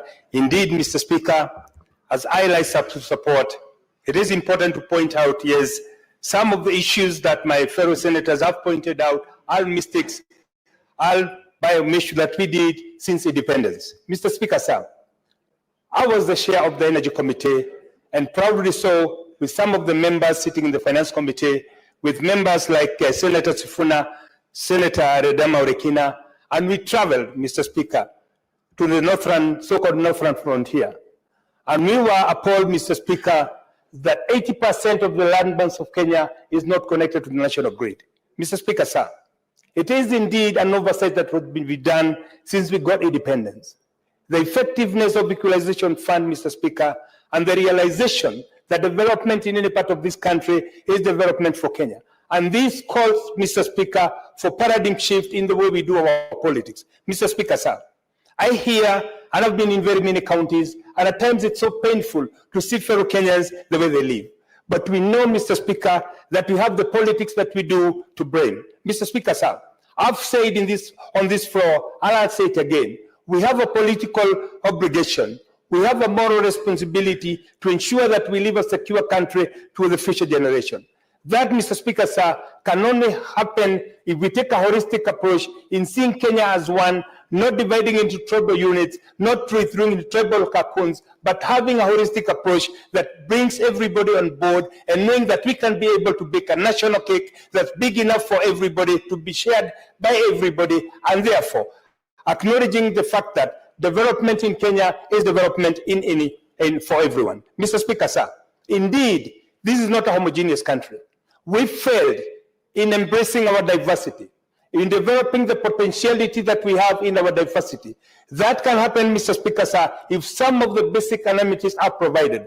Roads, Mr. Speaker, sir, electricity, Mr. Speaker, water, if provided to every region in this country, we can transform this country within our lifetime to become what everybody would be proud of. Mr. Speaker, I want also to mention, Mr. Speaker, that the disharmony that we've been having with successful government, each and every government that has come into power since independence comes with a different manifesto. We remember Vision 2030 by Moi Kibaki, a vision, Mr. Speaker, that was seeking to align Kenya to the Sustainable Development Goals. Mr. Speaker, sir, how I wish that the subsequent administration were able to align themselves into this. Mr. Speaker, as we talk about that, we also must embrace the fact that our cultural diversity has propelled other countries to the heights of economic growth. It can also happen in Kenya, Mr. Speaker. We do recall the words of one of our leading presidents in this country, Siasambaya Mechambaya. Mr. Speaker, if we divorce our development from the politics that we do, then indeed equalization fund can bring development in every part of the country. But as I say that, Mr. Speaker, it is also important to note that the county where I come from, 52% of that county is an area that is equally marginalized. Therefore, Mr. Speaker, agreeing with what the presentation of our majority leader, subdividing this and breaking down the country into smaller units so that we can bring homogeneity, so that we can bring an equitable approach was a good approach. However, Mr. Speaker, should not also be lost to us that most of the resources that are allocated for the purpose of equalization ends up being mismanaged. Why, Mr. Speaker? We lack a national outlook. We lack a national approach on how to do it, and we are not also able to compare apples with apples, Mr. Speaker. Having said that, Mr. Speaker, it is also good to point out that the approach that is now being taken in the new procurement approach, whereby we bring in more transparency, we bring in more accountability, and most importantly, Mr. Speaker, we fight the opaqueness that has been able to do, which has dogged us since independence. Mr. Speaker, if we are able now to bring in the new approach of public-private partnership, if we embrace that, Mr. Speaker, bringing the transparency, bringing the accountability that's required, we can be able to draw capital, we can be able to draw drivers of enablers who will be able to implement this program, Mr. Speaker, and therefore provide these very, very important resources to our people. I know, Mr. Speaker, one of the regions I've spoken about that is Kieni constituency in Nyeri. Since independence, people have spoken about dams, mega dams, Mr. Speaker, sir. Karimeno Dam, Mr. Speaker, Narumoro Dam, Mr. Speaker, Mohoya Dam, Mr. Speaker, but that has remained effective because we are not able to implement that within the physical space that we have. To be able to achieve that, Mr. Speaker, it is paramount, it is imperative that we as a House come up with policies that will be able to attract investors so that some of these things can be realized. Mr. Speaker, all is not lost. I've sat in this House for the last 2.5 years. I've listened to debate from the fellow senators, and I am convinced, Mr. Speaker, that we have what it takes, what Senator Sifuna is saying, to see this country bring about progressive politics that will be accommodative of everybody. Mr. Speaker, I live in Karen, Mr. Speaker, and he has been pointed out by Senator, Majority Leader Senator Shariot.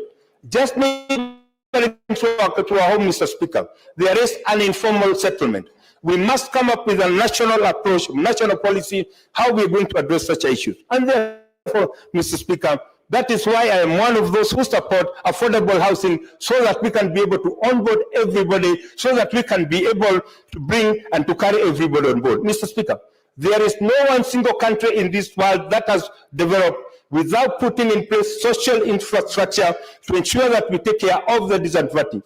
As we bring equalization across the country, we must not forget the pillars that our people need. And this, Mr. Speaker, includes hospitals, Mr. Speaker, accessibility of universal health system that's working, Mr. Speaker, a good education system, Mr. Speaker, and this can only be achieved if we move to fully registered population so that we can onboard everybody, and most importantly, knowing the status of each and every Kenyan, so that as we do our policies, Madam Speaker, as we implement the policies of the government, as we formulate laws in this House, we can know that we have a fully registered population, as is in the other countries, so that whenever there is an emergency, we can do a targeted, more specific approach, instead of what we've been doing up to now, random interventions that at times end up benefiting the rich.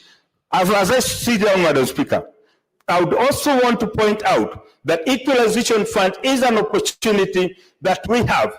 It is that opportunity that we must take and understand that we have a benefit of ensuring that each region in this country, and as I pointed earlier on, 80% of the landmass does not contribute to the GDP. It is the high time that we bring this to an end. I support, Madam Speaker. Thank you, Honorable Senator. Senator Adandulo Fatima. Thank you, Mr. Speaker. Madam Speaker, sorry. I joined this debate, Madam Speaker, and it is actually heart-paining and very sad to hear people who come from Nyeri and other parts of the country that they need to kill the spirit of the Constitution, Madam Speaker. I like what Senator Sifuna has said about issues of water in many parts of the country where the Constitution targeted. Madam Speaker, as he has said, people in Nyeri, they have rivers. I'm sorry to talk about Nyeri, Senator Wamatinga, because you are supporting the expansion of the initial list to other parts of the country. People in northern Kenya, or Isiolo, where I come from, they even go for 2-3 weeks without even taking a bath, Madam Speaker. Madam Speaker, in some dams that are constructed, the same dam, people drink and animal use. People drink the water that animals urinate in. Yeah? The same water. Where the animals are drinking and actually dropping everything. Madam Speaker, it's very sad to be selfish as leaders. And I wish there is a way that those who sit at the national level, they can visit those parts of the country and see the kind of challenges our people go through, Madam Speaker. In many parts of northern Kenya, mothers carry jerrycans on their back traveling for kilometers and hours. They leave in the morning at 6 and come back in the evening with one jerry can of 20 liters back home. And that is the same water that they use for animals, the same water they use for their homes, Madam Speaker. Electricity, you will see some part of this country, electricity is connected to mud houses.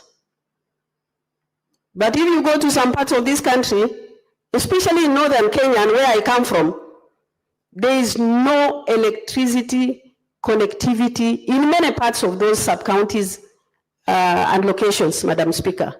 And I think it is good to be sincere. When you stand on the floor of the House and say, yeah, expansion is good, it's not good, it's not fair. It is unequal, Madam Speaker.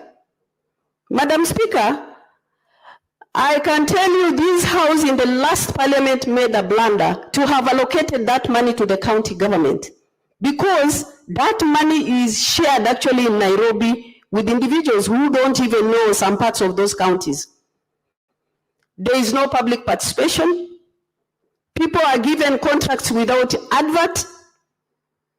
Madam Speaker, there is need to review the expansion of the list so that we are fair to the people living in those areas or intended for initially as far as equalization fund is concerned. Madam Speaker, in my county, there are dispensaries that were constructed by equalization fund, Madam Speaker. I talk of Mwangaza, the one that Senate visited when they went there. There is a Kadeli that is not even complete. It's a shell. Nobody is actually checking which projects have stalled and which ones have not stalled, Madam Speaker. And I urge Finance Committee to call Equalization Fund or the CS and PS Treasury to overhaul or to look what impact Equalization Fund has on those counties that were intended to support. Madam Speaker, it's intended to run for 20 years. We have almost done 17. There is no impact, zero impact as far as Equalization Fund is concerned, Madam Speaker. Madam Speaker, I believe devolution has assisted in one way or the other. But you can say because devolution is there, we should forget what the extension of equalization is.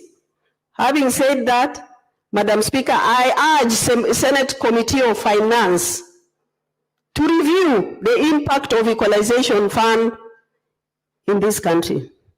Finally, Madam Speaker, I wish to pass a message of condolences to the 5 people who were killed last night in Isiolo, because there are 4 families that they were tortured to death, and one other person who was tortured to death in Isiolo County. Madam Speaker, I talked about insecurity in Isiolo the last time we had impeachment of the governor. Today, there are 2 speakers fighting in the assembly of Isiolo. Where is the law? Where is the country? And I urge you need to do something about insecurity in Isiolo. And I have discussed with CS Interior and PS Interior as far as County Commissioner Isiolo is concerned. That County Commissioner has stayed there for 8 years. And there's so much insecurity. He's doing nothing. He must be removed. If the government does not remove him, then the will of the people will apply. I thank you. Thank you, Senator Dulo. Senator Madago Jackson. Thank you very much, Madam Speaker. Madam Speaker, I rise to support the Equalization Fund location bill, Madam Speaker. Madam Speaker, Equalization Fund as was set up was actually meant to bring the areas that were marginalized, Honorable Speaker, to what the Constitution describes as general levels where the whole country is, Madam Speaker. Madam Speaker, even as we look at the current Equalization Fund allocation that we are discussing today, Madam Speaker, one of the key concerns that we should ask ourselves as a Senate is why is it that in the same counties, the same challenges that were there before devolution are still the same challenges we are experiencing in those counties, Madam Speaker. Madam Speaker, the Equalization Fund was meant to address 4 sectors: health, water, roads, and electricity. Of key concern to me, Madam Speaker, is the issues of health and water. In terms of health, Madam Speaker, the Equalization Fund that has been set, and I'm very particular with the counties that have been mentioned, including the county of Senator Fatuma Dulo, Madam Speaker, is that this money should actually be released and made sure that those facilities that have stood there incomplete for the last 3, 4, 5 years are actually completed with the money that has been allocated. Madam Speaker, Isiolo County is going to receive over 270 million. How I wish that the governor for Isiolo, the man who escaped by a whisker, the scissors of this house, would actually use the opportunity that he has to redeem himself by utilizing this money and completing those hospitals, Madam Speaker. Madam Speaker, it is also a big concern. When we talk of water in these counties, Madam Speaker, yes, there is scarcity of water, but at the same time, in the rainy seasons, Madam Speaker, you will hear there are floods, roads have been washed away, there is no water. How comes these counties cannot prioritize, even using the equitable share allocation, to make sure they mitigate in these old, long problems these counties have experienced, Madam Speaker? Madam Speaker, the Senator for West Pokot will tell you, in the road connecting West Pokot to Turkana, there are specific places we experience floods we've been experiencing for the last 60 years, Madam Speaker. I don't understand why dams have not been constructed upstream to harvest that water, considering the allocation that those counties have also been given, Madam Speaker. So, Madam Speaker, even as we talk about the Equalization Fund, it should not be lost that the equitable share in terms of allocation, these 11 initially marginalized counties were receiving what I would say reasonable allocation, Madam Speaker. And if you look at the allocation for Turkana, you look at the allocation for Mandera, you look at the allocation for Wajir, you look at the allocation for Marsabit, Madam Speaker, you look at the allocation for Isiolo, vis-a-vis the geographical size and other challenges, Madam Speaker, they have received quite substantial amount of funds, Madam Speaker, that if there was a deliberate effort to deploy those resources to mitigate in these all long challenges in those counties, Madam Speaker, today probably we'll be speaking a different language, Madam Speaker. Madam Speaker, we also want to call on the National Treasury.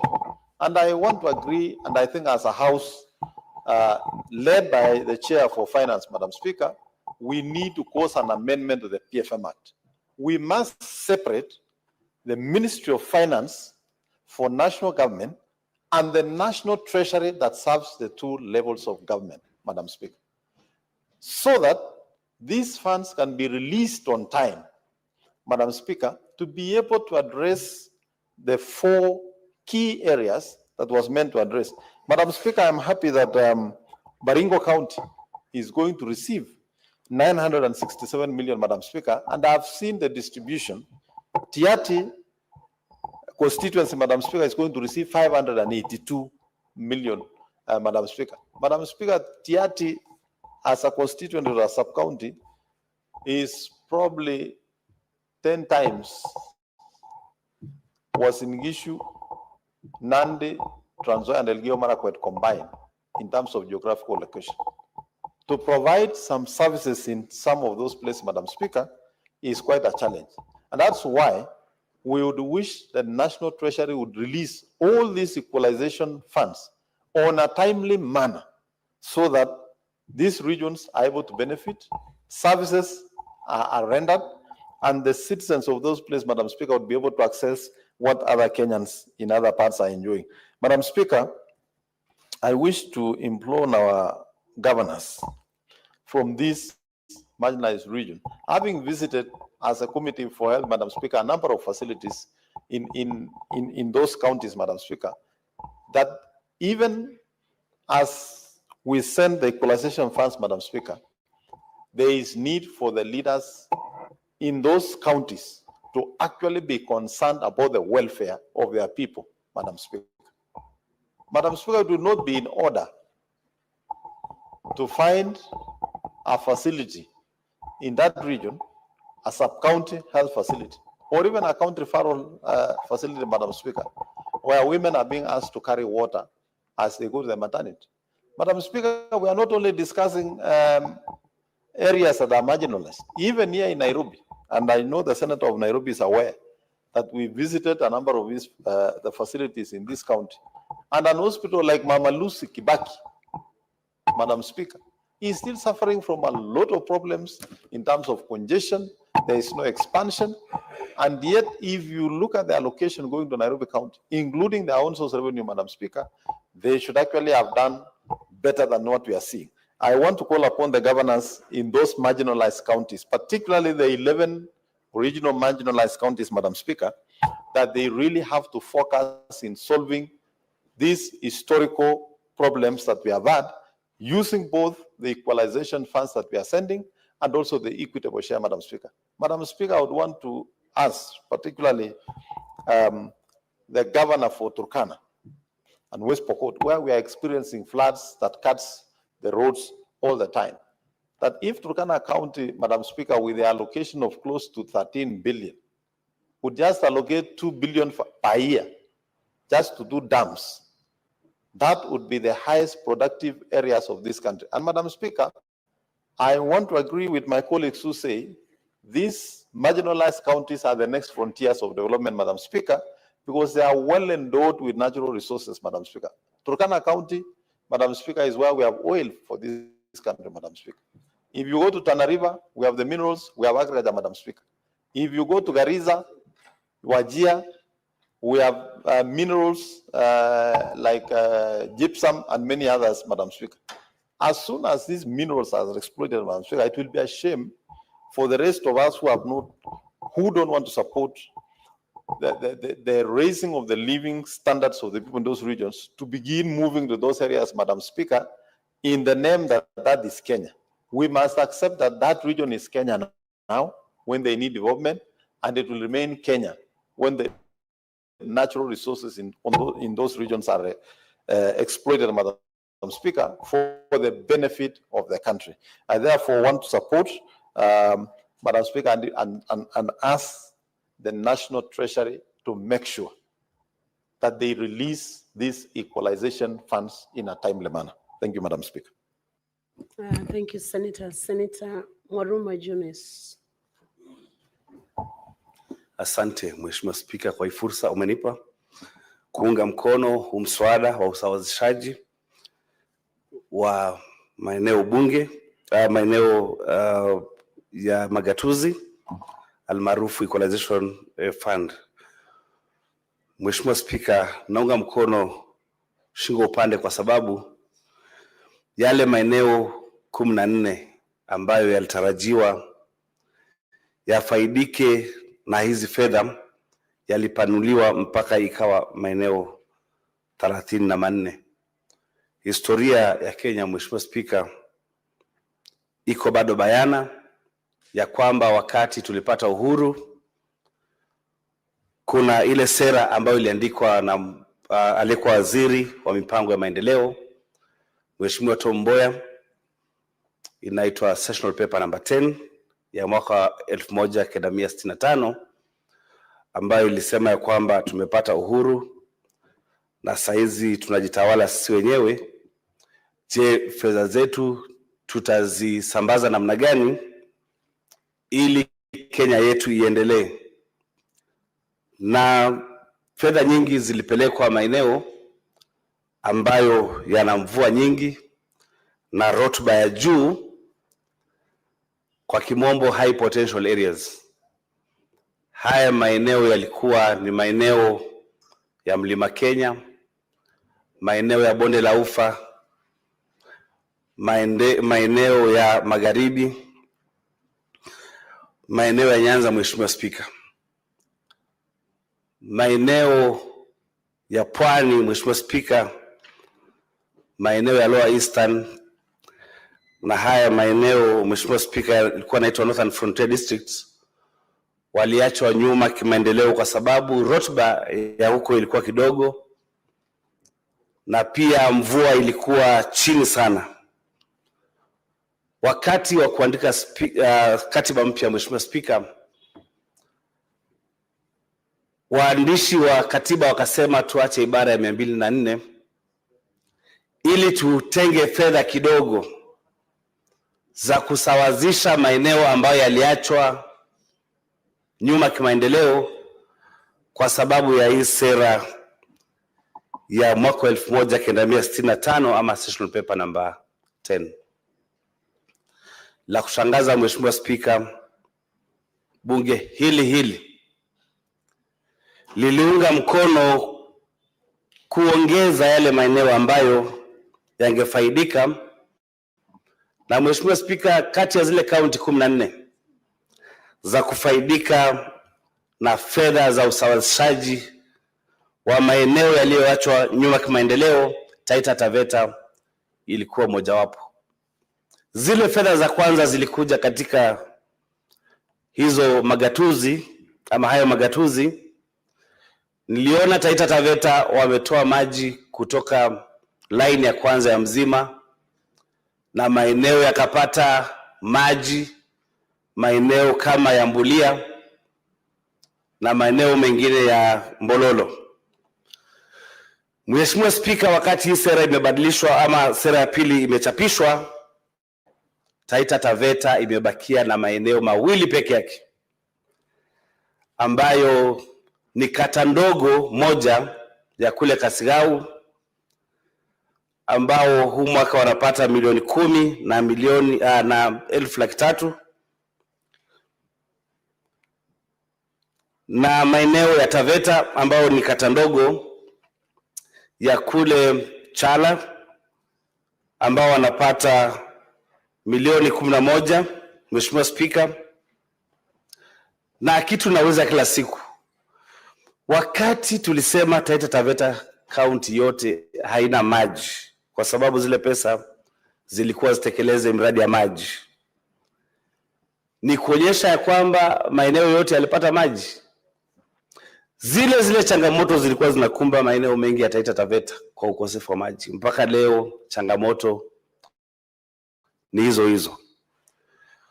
Huwa ninauliza wakati tunasema kata ndogo moja ya kule Kasigau ina power milioni 11 ya kutekeleza miradi ya maji.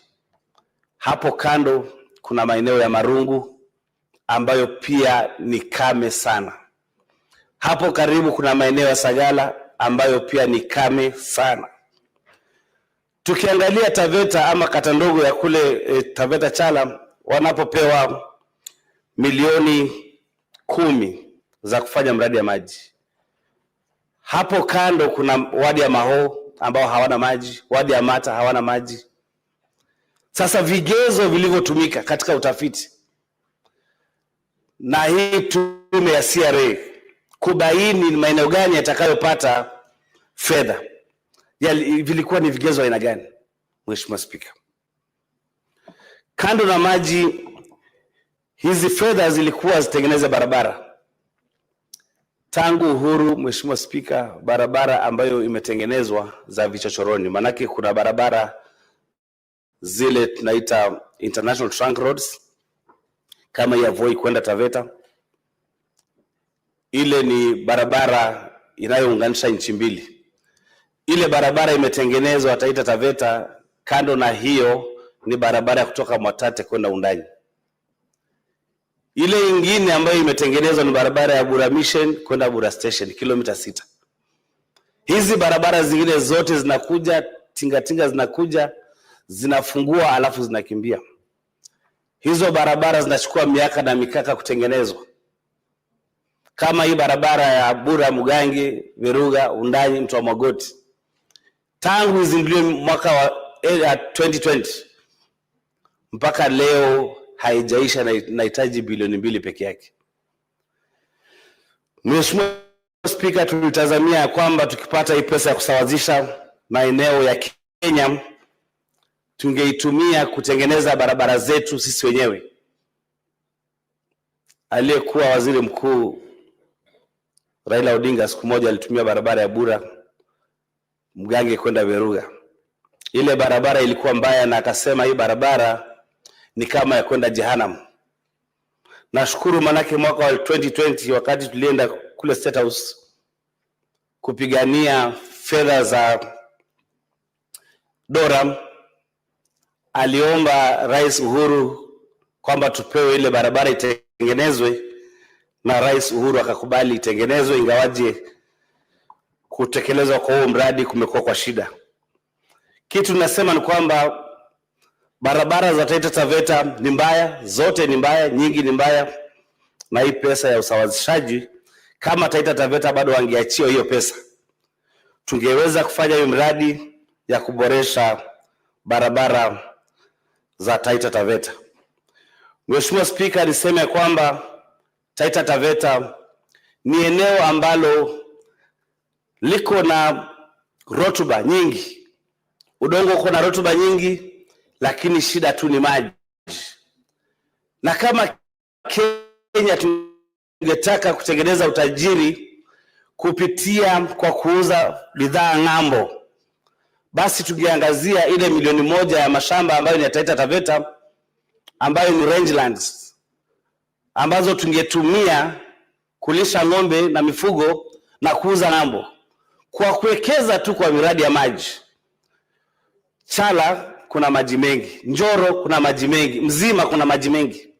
Hayo maji tungefanyia mradi tu wa kuleta maji ya mwagwe, yafanye ukulima kutumia unyunyizaji wa mashamba. Tungekuwa na ng'ombe nyingi, nyasi nyingi za kuuza mpaka Ulaya. Lakini hiyo miradi haijafanyika, na fedha kama hizi za kusawazisha maeneo mbalimbali ya Kenya zingekuwa ni muhimu sana ili kufanya hiyo mradi. Mheshimiwa Spika, Taita Taveta kuna maji mengi sana. Ukiangalia Mzima tu ambayo inasambaza maji kuanzia Taita Taveta, Kwale, Kilifi mpaka Mombasa. Tungepata fedha kama hii, tungeitumia ili kufanya miradi kama hiyo. Na la kushangaza Mheshimiwa Spika ni kwamba baada ya ule mradi wa Mzima tu kutotekelezwa, leo hii unasikia kuna mabwenyenye, kuna watu ambao hawaeleweki wamechukua maji kutoka Mzima tu, wametumia line 1 ya Kenya Pipeline Corporation. Sijui wanayatumia kwa nini, lakini ni jambo la kuhuzunisha, ni jambo la kuudhi, ya kwamba tunaweza kutoa maji kutoka Taita Taveta tupatie watu wengine, na watu wa Taita Taveta hawana maji. Mheshimiwa Spika, ningependa kusema kwamba Taita Taveta imewachwa kimakosa kwa hii pesa ya kusawazisha maeneo kiuchumi, kwa sababu nikiangalia Mheshimiwa Spika, majirani wetu wote, nikianzia na jirani wa kwanza ambaye ni Kilifi, inapata milioni 878. Jirani mwingine ni Kitui, wanapata milioni 646. Jirani mwingine ni Kwale, wanapata milioni 475, ambayo eneo bunge moja la Kinango ambalo tunashikana upande wa Macnan Road, eneo bunge moja linapata milioni 265. Kajiado pia ni majirani wetu, wanapata milioni 674. Tana River ambao pia ni majirani wetu wanapata milioni 719. Kitu ambacho ninauliza ni kwamba ni vigezo gani hivi ambavyo vinaonyesha kwamba Taita Taveta hawahitaji hii pesa ya kusawazisha maeneo yaliyoachwa nyuma kimaendeleo, ili ifikie kwamba Taita Taveta yote inapatiwa milioni 21 peke yake. Hilo ni jambo la kutamausha, ni jambo la kuudhi, ni jambo la kufisha moyo ya kwamba watu wa Taita Taveta hawajisikii tena kama wako Kenya. Nafikiri ni kwa sababu labda ni watu wachache mno ndio watu wanaona ya kwamba hawa hawafai na kura yao ni kidogo. Kwa hivyo wakati wa kutengeneza ama kuangalia vigezo vya kupeana pesa za kusawazisha maeneo yaliyoachwa nyuma kimaendeleo, hawa hawafai, hawana kura. Mheshimiwa Spika, kando na kuwa tuko wachache, hatuna maji, hatuna barabara, hatuna vituo vya afya, pia stima hatuna. Kero la wanyamapori ni kitu kingine ambacho serikali ya Kenya imekataa kuangazia kabisa.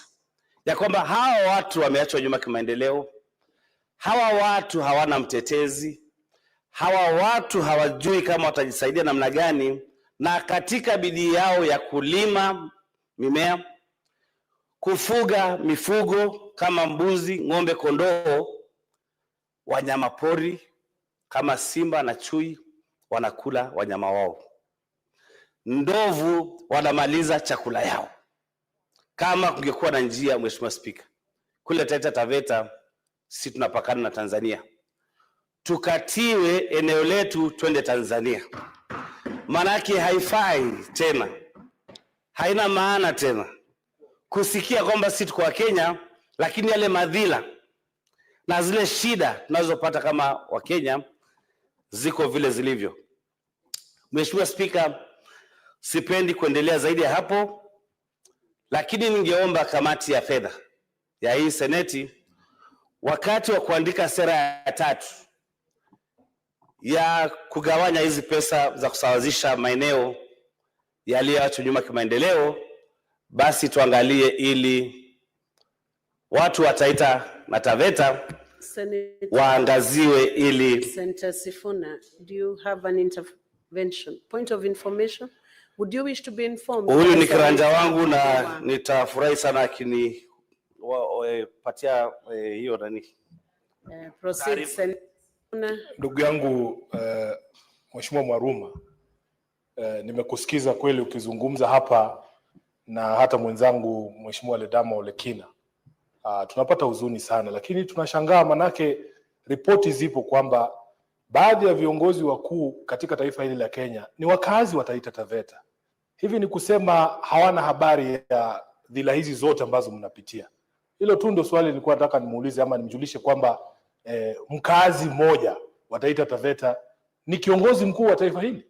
So sielewi mimi kama Mkenya mambo haya yanawezaje kuendelea ilhali una wadosi pale. Labda tuelezee shida iko wapi? Asante Mheshimiwa Spika, asante Senator Nairobi, Senator Sifuna kwa hiyo taarifa umenipa. Ni kweli kwamba wakuu wengi wa nchi hii wako huko, lakini yale maendeleo ukiangalia pale wako ni kweli maendeleo yanatokea. Kwa mfano kuna barabara 2 kubwa sana ambazo zimetengenezwa, zimetumia mabilioni ya pesa ya kuelekea shambani ya hao wakubwa, lakini huku kwingine tumeachwa nyuma. Na sina haya kusema, manake tukienda leo huko utaona kwamba zile barabara kubwa kubwa zinaelekea kwa hao wakubwa ambao unasema. Mheshimiwa Spika, naomba niachie hapo na niseme kwamba kamati ya fedha watuangalie wakati wa sera ya 3 ya kugawanya hizo pesa. Asante Mheshimiwa Spika. Thank you, Senator Mwaruma. Senator David Wakoli Wafula.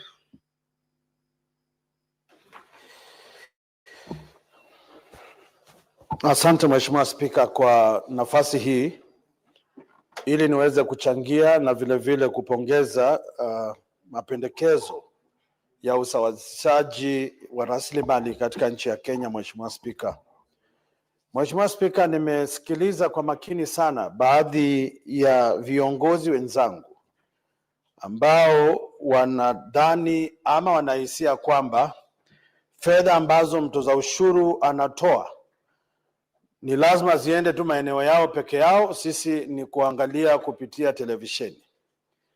Ni vyema waelewe kwamba japo kuna maeneo ambayo yalipata nafasi ya kupata maendeleo wakati wa awamu ya kwanza ya serikali, kuna maeneo ambayo vile vile hayajapata maendeleo kwa huo muda, na ni lazima tunapotathmini jinsi fedha hizi zinavyopeanwa tuweze kuzingatia maeneo kama haya. Mheshimiwa Spika, ninasimama hapa kwa sababu eneo bunge ama kaunti ya Bungoma ni kaunti ambayo kwa muda imekuwa katika upinzani siku za Mheshimiwa Toroitich arap Moi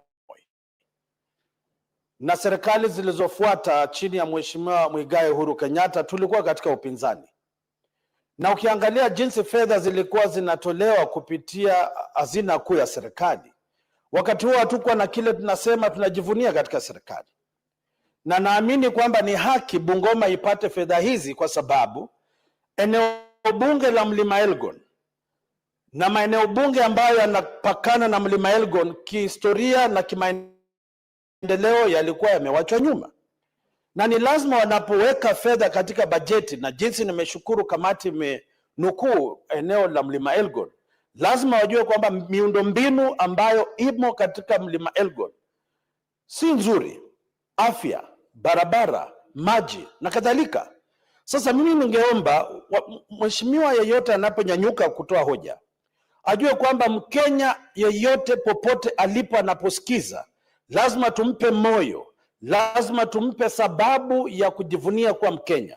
Japo fedha hazitoshi, lakini waone kuna jambo zuri linatendeka katika serikali ya Kenya. Sasa lisilokuhusu usiliandame.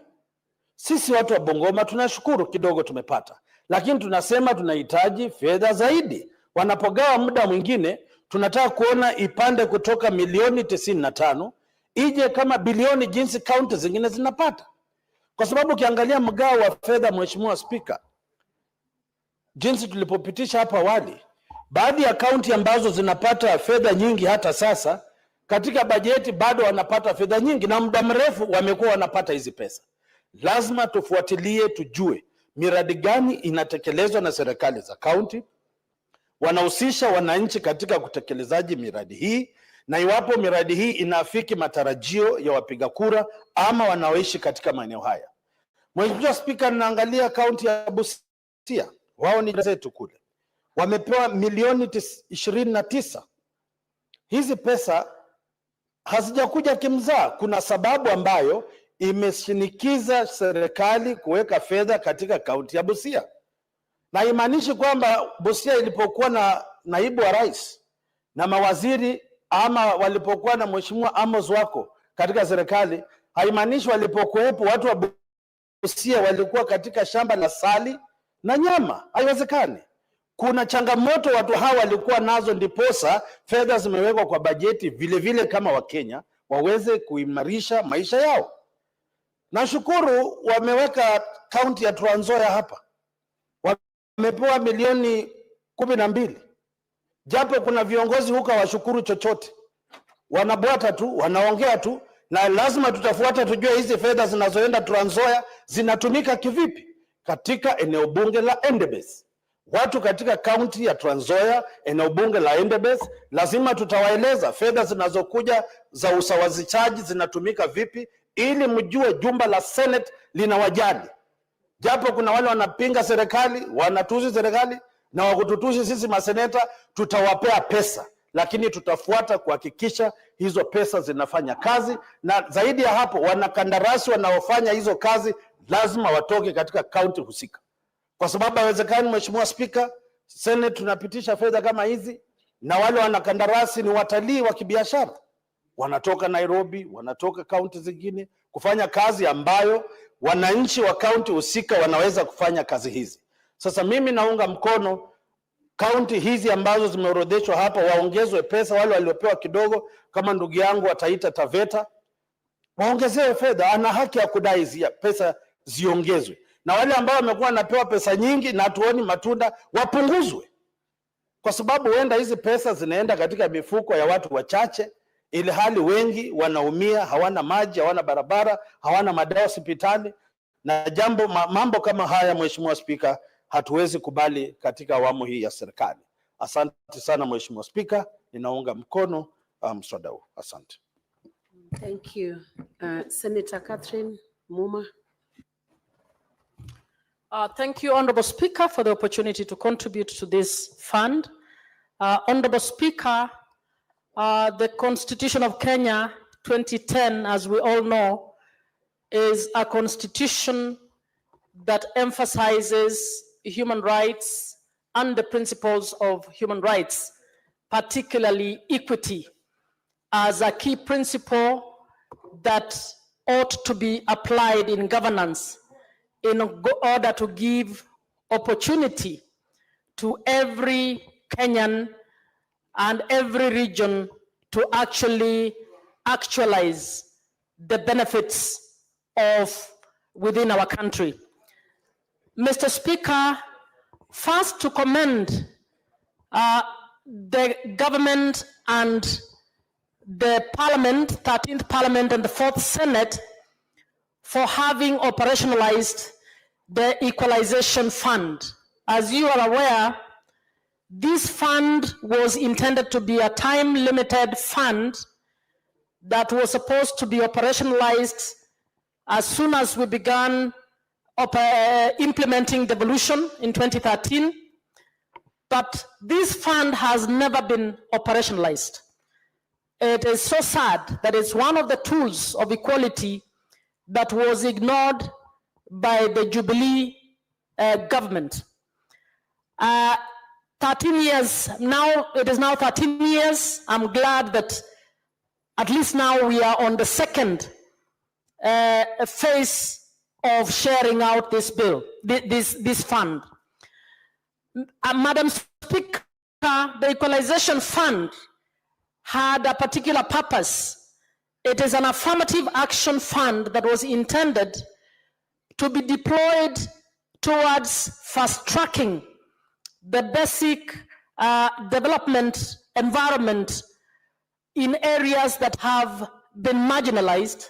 And Madam Speaker, we have a country that has a lot of disparities, a country where in one, you will have a constituency where the worry about the schools is lunch, possibly dinner, while in another place, children in that place are having to read using the lights of nature, the moon in the night, and they don't even have places where they can sit.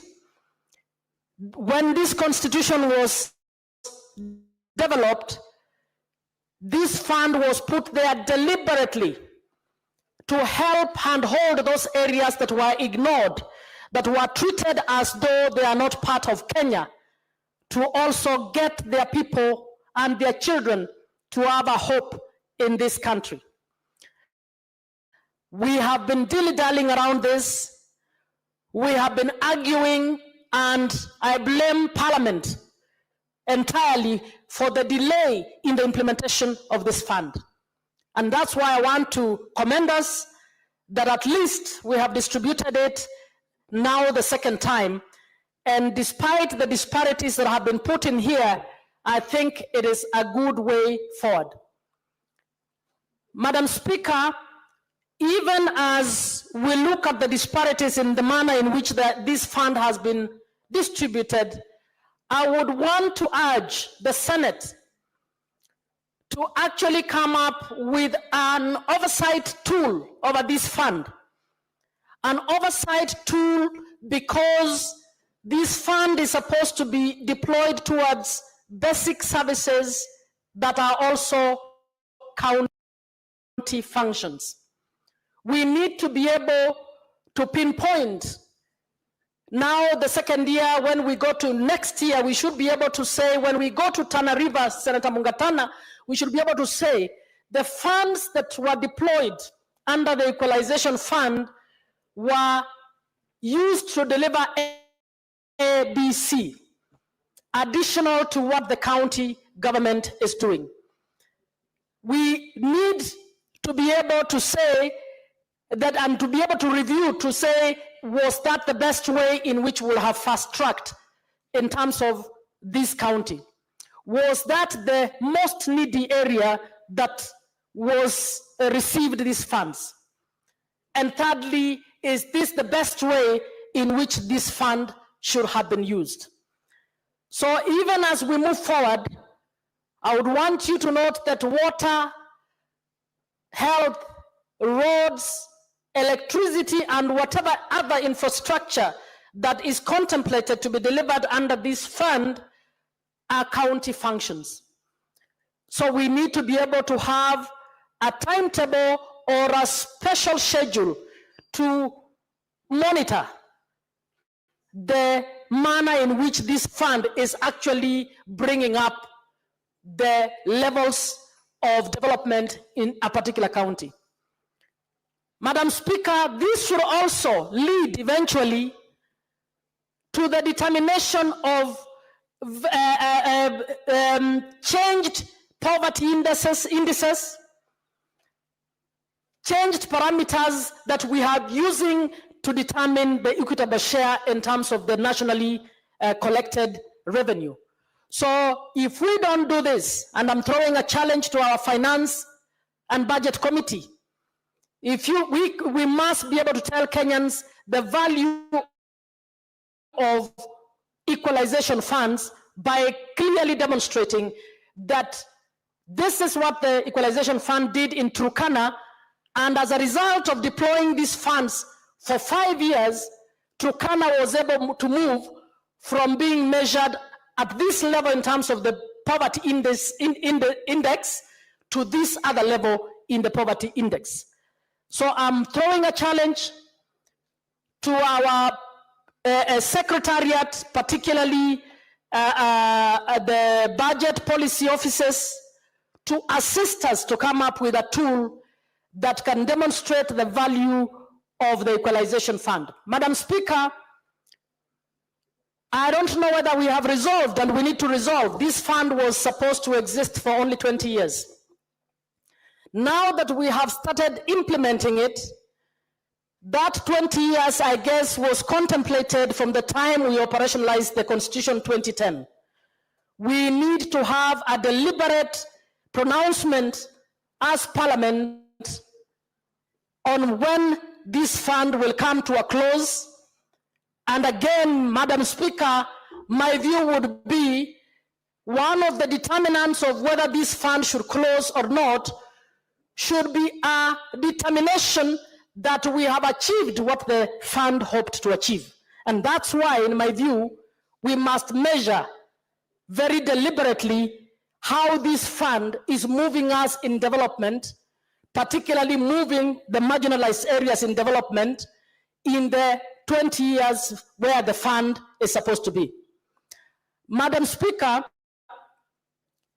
should it happen, or should we be able to demonstrate the value that this fund has brought about, Madam Speaker, we might even be able, whatever Parliament will be there, might be able to even determine the need to increase it. There's nothing wrong in determining that we can actually take a portion of the national revenue and continue to deploy it towards areas that need to be brought up in order to participate in the development agenda of this country on an equal basis with the others. So as I finalize, I will not speak to the detail of what is there, but Madam Speaker, I find it curious that a county would be given only 31 million Kenya shillings, 29 million Kenya shillings. I don't know what 29 million Kenya shillings will do in terms of real change from marginalization coming up. I fall in the school of thought that felt maybe we should have just picked a few counties, give them adequate funds to bring their infrastructure to a particular level, and then we move to the next and do the same. But if we did so, we must be able to say in batch one, we are going to have the following 10 counties in the next batch, we're going to have the following 20 counties and so on. So, Madam Speaker, I think for those who are appropriating or who appropriated these funds, I am disturbed at the figure of 29 million. I think it is money, but I don't know how 21 million would truthfully assist the areas that are truly marginalized. And I'd like to demonstrate in one way. If you are going to build a school in the far-flung place of Turkana, for that school to be functional, it requires the physical infrastructure, it requires teachers, it requires security, it requires water, it requires energy, it requires a health facility to be there to support that group. So if you give them 29 million, how much can they achieve? It means if they are going to use the equalization funds to fast track facilities that can get children going to school, we will be waiting every year so that a building is done and it lies fallow as we wait for next year's funds to come to do the water, and then we wait for the next year to come. But if we gave them enough funds to build a school, put water, do the road infrastructure around that school, do a health facility, then you can immediately, you'll have done what this fund was intended to do, to fast track the bringing of those regions to a level where the others are. So I would want to urge us as leaders not to be fixated with tearing the little monies that are there so that you say every county must get a little bit of it. We need to be able to divide these funds in such a way that we can, in 2 years, demonstrate that by deploying so much funds in Turkana and Tana River, we have brought real change to the lives of children, to the lives of women, to the lives of men, to the lives of communities in those far-flung places. So I'd like to ask our finance committee to think through the ideology behind equalization fund and to be innovative enough to help us to ensure that the deployment of this fund truly does what it is supposed to do, to fast track that development. Thank you, Madam Speaker. Thank you, Senator Mudigi Alexander. Asante Mbi Spika kwa kunipa ruhusa niweze kuchangia pesa ambazo mjadala inaendelea ya marginalized communities ama groups ama county. Mbi Spika, yangu ni kuongea kwa kamati ya finance. Ile kazi walifanya kazi ambaye ni ya huzuni katika kaunti zingine, kwa sababu Mbi Spika, katika Kenya tuko kaunti 47 na wakati tuko hapa sisi hakuna seneta mkubwa na hakuna seneta mdogo, hakuna kaunti kubwa na hakuna kaunti ndogo, kwa sababu sisi ikifika mambo ya keki ya Kenya mzima, Mbi Spika, kila mtu anavaa serikali. Mbi Spika, nakumbuka wiki jana tulikuwa napitisha mambo ya bajeti ya pesa ambacho sitaenda katika masinani ya kaunti 47. Na Mbi Spika, wakati ingine unakuta makaratasi hii kamati ya finance inatuletea tuweze kupitisha, na saa ingine unakuta hiyo kitu Mbi Spika haiwezi kutuelekea na je ile nafaa, kwa sababu Mbi Spika italeta mgawanyiko katika kaunti zingine na katika sisi maseneta, kwa sababu Mbi Spika ni mambo ya ajabu. Pesa kama imekuja katika Kenya, hakuna kaunti yoyote haiwahi kupata hizi pesa. Tumeona kaunti zingine Mbi Spika inapata karibu bilioni 1, zingine milioni 50, zingine milioni 20. Mbi Spika, kumaanisha na hizi pesa marginalized community inafaa kila kaunti ipate, na nashindwa au kama Mbi Spika, kama kaunti ya Embu haipati pesa, unakuta kaunti ya Kitui inapata pesa, kaunti ya Meru inapata pesa, kaunti ambacho sile siko pale hata Tharaka Nithi inapata pesa Mbi Speaker. Na mambo ya ajabu katika Embu County. Tuko na sub county 4. Katika moja Mr. Speaker ni sub county ya Mbeere South ambaye unakuta hii pesa ya kwenda kuongezea mambo ya budget ambaye inaenda masinani na governor Mr. Speaker. Na katika Mbeere South unakuta kuna watu ambaye wanaenda kilomita kama 20, wengine kilomita 50 Mr. Speaker. Hakuna magari kwa sababu barabara imeharibika, hakuna maji Mr. Speaker. Na kubuka hata leo asubuhi kulikuwa na wasiri wa maji ambaye ilikuwa nauliza Mr. Speaker, Embu County itaangaliwa namna gani juu ya mabao ya maji kama Tharaka Nithi na Meru na Tharaka Nithi ile mabao 3 ambaye moja iko Embu, moja iko Manyata na hiyo nyingine iko Mbeere North na nyingine iko Runyenje. Mr. Speaker, kama tulikuwa nauliza vile tutapata maji, njia ya kilimo yetu ambaye ni mgoka na mambo sile singine Mr. Speaker. Na budget inakuja hapa Mr. Speaker, unakuta leo hakuna sisi kwa hii karatasi, hakuna kitu ambayo Mr. Speaker Embu tumepata. Na kumbuka Mr. Speaker, mwaka jana Embu County kwa hizi pesa ya marginalized communities hata hizi hatukupata. Unakuta mambo ya agriculture inaenda chini kwa sababu ya kukosa maji, mambo ya parapara pia, hata mambo ya mahospitali ni shinda, hata unakuta mambo ya shule ni shinda Mr. Speaker. Ni mambo ya kuhuzunisha sana, kwa sababu nataka niseme Mr. Speaker, ile mambo inafanyika na wale watu wanafanya kazi ya mgao ya pesa kama hizi Mr. Speaker, nasema awatii njia ile inavaa Mr. Speaker. Mambo ingine ni Mbeere South na Mbeere North, unakuta sehemu zingine unakuta kuna shida nyingi sana. Janga la njaa ikikuja huwa inafuata ile laini, inafuata Mbeere South na inafuata Mbeere North, na hizi pesa inafaa iende isaidie wale watu waweze kuisaidia Mr. Speaker. Mr. Speaker, ningesema kwa kamati ya fedha vile imevaa hizi pesa ni njia aieleweki, ni njia iko na kipendeleo, ni njia ambaye iko na mrengo ambaye haieleweki. Mr. Speaker, naona vile wamefanya kitu ambaye ni ya kuhuzunisha kama Embu haiko kwa hii mgao ya hizi pesa. Mr. Speaker, nakumbuka mwaka jana hata mimi sikupitisha, hata nataka niseme Mr. Speaker, kama hii kamati haitafanya ile inafaa itimuliwe na ifunjwe wakati ile mwingine ndio tuweze kupata Mr. Speaker ile kamati ambayo itasaidia kaunti zote, kwa sababu pesa kama inakuja kama ni msaada kutoka nje ya ng'ambo, kama ni sisi tunalipa pesa, ni afadhali Mr. Speaker ukute pesa kila county ipate pesa kulingana na vile inafaa, kwa sababu hata inafaa iangalie county nyingi ambaye marginalized counties sisi ipata budget kubwa kwa ile pesa ambayo inafaa iende kwa counties, kama singine sitaki kusitaja imepata pesa nyingi, na wakati sisi tumeenda kuangalia mambo ya oversight Mr. Speaker,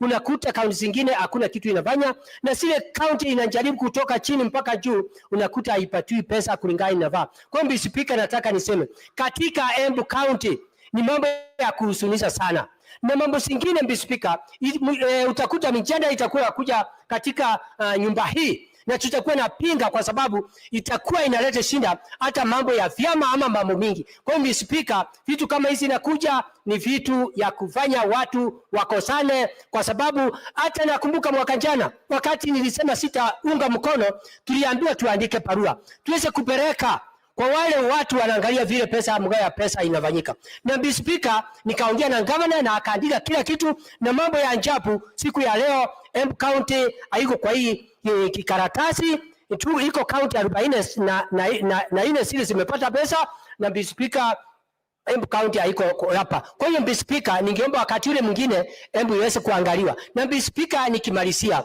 mimi nasema Mr. Speaker, hata kama ni nani atakuja kuniambia niweze kuunga hii wakati tutaenda kuweka kura, nasema Mr. Speaker, hii nitapinga. Kwa hiyo Mr. Speaker, napinga na sina maneno mingi. Ni mimi Senator wa Embu County, Senator Alexander Mudigi. Asante Mr. Speaker.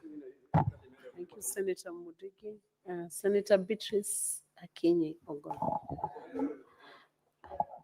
Madam Speaker, I want to thank you for giving me the opportunity to contribute to this bill referred to as the Equalization Fund Appropriation Bill 2025. And from the onset, Madam Speaker, I want to request my colleague Senator Mudigi that when the time comes, he should rethink and support this bill. Madam Speaker, I want to request him because in this country, there is a key tenet that everybody looks forward to, the issue of equity. And this bill, Madam Speaker, with the monies that have been spelled out, will find that services will be granted to counties that would have otherwise been disadvantaged with the little funds that they receive, Madam Speaker. And I want to tell Senator Mundigi that it is only a very unwise person that would not change their minds. So when the time comes, with the wisdom I see in you, Daktari, consider changing your mind to support this bill. And so, Madam Speaker, I support this bill. Madam Speaker, our people need critical services that have been spelled out in this bill. The services of water, the services of roads, the services of health, and the services of electricity, Madam Speaker. Those are public services that each Kenyan needs to be sure that they will be provided with.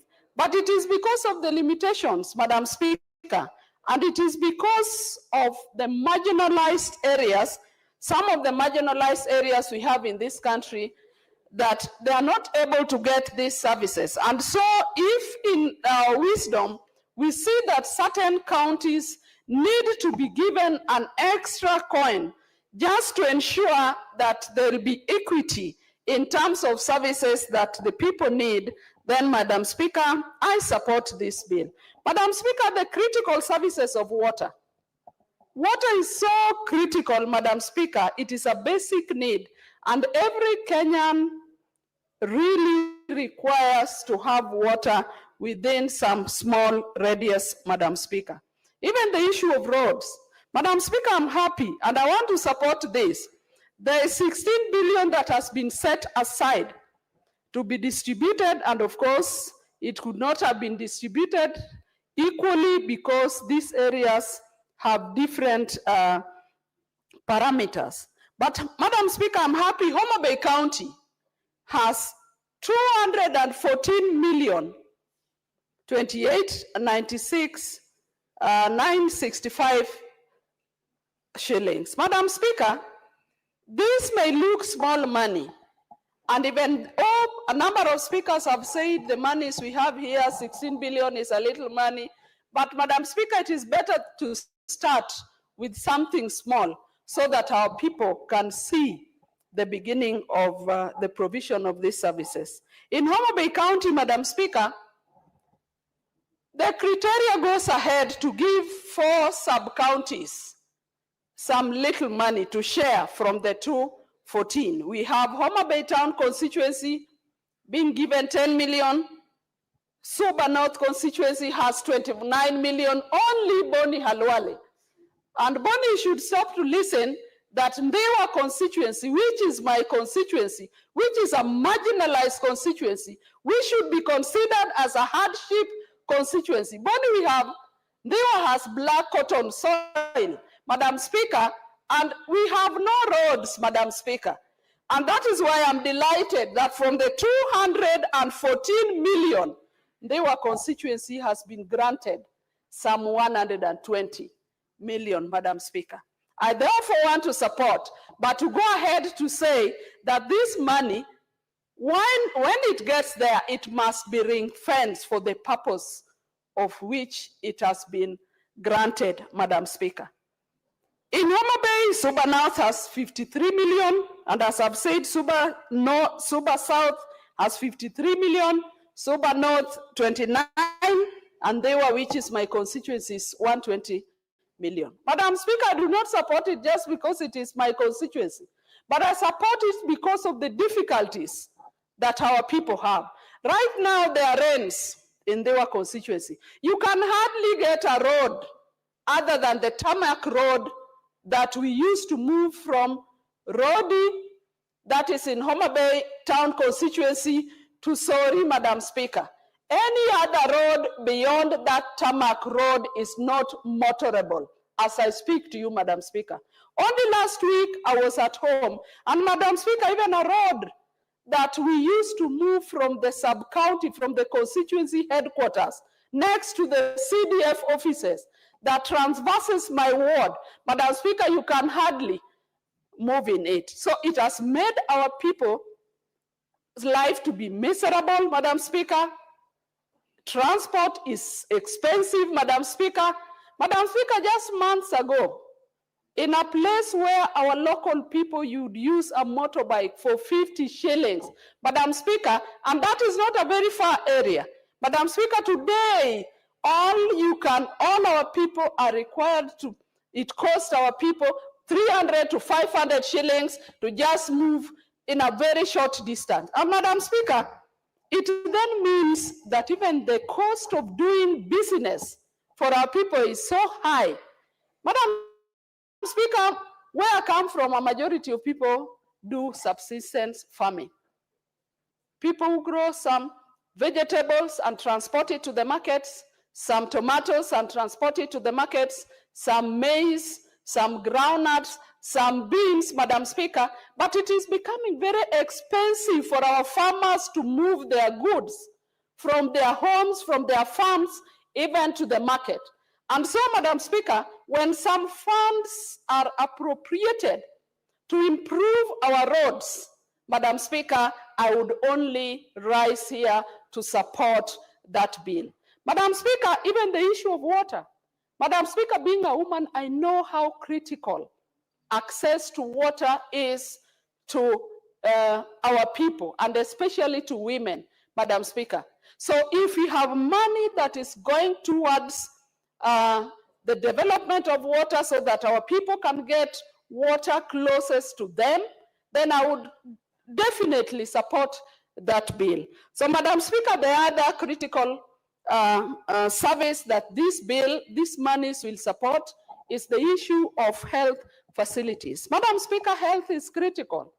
Some of these basic services that are spelled here for support are the major services that our people demanded to be devolved, Madam Speaker. And so I want to support this because, Madam Speaker, health facilities will be improved, if not expanded or improved, as I say, and we hope with this little money, Madam Speaker, those who are going to use it will ensure that our people have essential services in the health facility.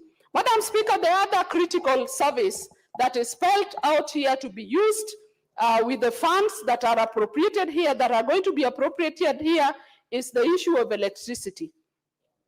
Madam Speaker, I still want to come back to my constituency, which is Niwa, that our people still do not have adequate access to electricity. Just the other month, the president was launching the last mile connectivity in my constituency, and Madam Speaker, if you remember, I was here asking the CS Energy to confirm to me and reassure me as somebody from their constituency that other than the launch will translate into our people getting electricity in the last mile connectivity. Madam Speaker, some 1 year ago on this same floor, addressed the issue of even faulty transformers in my constituency and in my county. And so I'm happy that these monies are going to help to improve access to electricity for my people in Homa Bay County, and particularly in their constituency where I come from. In that constituency, Madam Speaker, there are all the faulty transformers of the inventory that were given by the CS Energy once in this house, Madam Speaker, and there was a promise that the CS made that those transformers they are going to be corrected, Madam Speaker. But I want to tell you that up to now, even the inventory of the specific transformers that the CS spelled out would be improved in that year, they are still not working. Half of my constituency still is in black, is in darkness, Madam Speaker. But with the last launch that we have, I'm looking forward that something will be done, and I'm happy that the amount of money that has been given in this equalization fund, Madam Speaker, is going to go ahead to support the improvement of electricity, not only in my constituency, but in other constituencies as spelled out, is going to help in improving roads, and especially, Madam Speaker, we keep on saying that our people should develop themselves, should go for grow themselves. But Madam Speaker, it is not easy for our people to even grow to come up if there are not roads from where they come from. Madam Speaker, over 60 years after independence, we should not see some of our areas with no roads as I see in my constituency, Madam Speaker. So, Madam Speaker, I want to support this bill, and I want to say that the monies that will be appropriated here will lead to equity in services across the country, will lead to equality in services across our country, and I'm happy it is specific about water, about roads, about health, and about electricity. But Madam Speaker, as I support this bill, I want to say that the money might not be adequate, but let us take this for now and let us improve on it in the coming years. Madam Speaker, I support. Thank you, Senator Beatrice. Senator Mariam Sheikh Omar.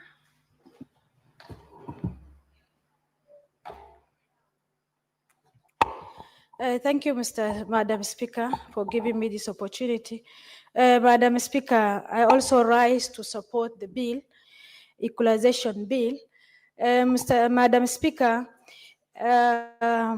this equalization fund was established in the Act 204 of the Constitution, Madam Speaker. The figure of the fund is 0.5% of nationally collected revenue nationally. Madam Speaker, and this money fund is, the purpose of the fund is to reduce or to eradicate inequality in the counties and also to ensure the equitable access to service delivery. Madam Speaker, the services, most of them is water, roads, electricity, and health, Madam Speaker. Madam Speaker, this bill is where it requires, to use the fund, we require a framework. So that's why we need this bill to be in place so that we can use the equitable equalization fund to be utilized. Because the way it is before, if it is a fund, you cannot access the fund without the framework. So this is the one of the framework to be accessed. Madam Speaker, there is many projects which has been done under this equalization fund. In 2018 to 2019, almost 352 projects has been done and it's completed. Madam Speaker, in my county, in Mandera County, Madam Speaker, the amount which has been given is almost 1.2 billion, Madam Speaker. For Banissa, the 157 million. Lafe is 247 million. Mandera East, 209 million. Mandera North is 231 million. North and Mandera South is 227 rather million. Mandera West is 157 million, Madam Speaker. Madam Speaker, this money is almost 1.2 billion. If it is utilized properly, Madam Speaker, we don't have the issue of water, the issue of health service, health facilities to be having good services, and electricity, Madam Speaker. Madam Speaker, 60 years ago, since independence, Mandera County doesn't have road. Madam Speaker, the equalization fund was implemented. It has not been implemented since it has been established, that is 13 years ago. Madam Speaker, if this money can be, instead of giving portion, because the way they are giving out, there is redundancy, Madam Speaker. There is bureaucracy, because you request through the control of budget, through equalization fund advisory board to the treasury, Madam Speaker. That long queue of requisition might take long to get the money back and use for the purpose on time. So to reduce that, to my opinion, is there's no need of this equalization fund board, because if at all the money can be requested through country control of budget, after that national treasury, why to go to go to advisory board is one of the issue which makes this implementation to take long. Madam Speaker, the road into Mandera and electricity, Madam Speaker, we have a problem with electricity in down. Madam Speaker, last 6 months ago, we are in darkness. Later on, the ministry give us some generator, Madam Speaker, instead of solarizing, because we have a nature which is enough to give lights to Mandera, the whole Mandera County, Madam Speaker. So it needs now, the government must think of, instead of purchasing the generators, Madam Speaker, it's better people think of how to use the nature, the sun, which is plenty, Madam Speaker. Madam Speaker, the road from Mandera to Nairobi, Madam Speaker, it is under now the World Bank, Madam Speaker, which His Excellency promised by the end of this term, he will implement and complete, Madam Speaker, the promises. So, Madam Speaker, we as Mandera County, we appreciate the way he take the initiative to complete Isiolo Mandera County Road to Mandera County Road. Madam Speaker, the health facility, Madam Speaker, with this equalization fund, we have KMTC, which is now in Mandera County, which our people, almost 1,000 something, 2,000 students are learning through this fund, Madam Speaker. Madam Speaker, water service, Madam Speaker, we as Mandera County, Madam Speaker, we have to think of how to help our people, Madam Speaker. Madam Speaker, when it comes to water issues, women are most affected one, because we carry water at long distance. We take care of the water, the family issues with water, Madam Speaker. As a women representative, Madam Speaker, the county government must take priorities, because priorities of solving the issue of water issues, so that the women can be engaged in another activities, which is not searching for water of their rights, Madam Speaker.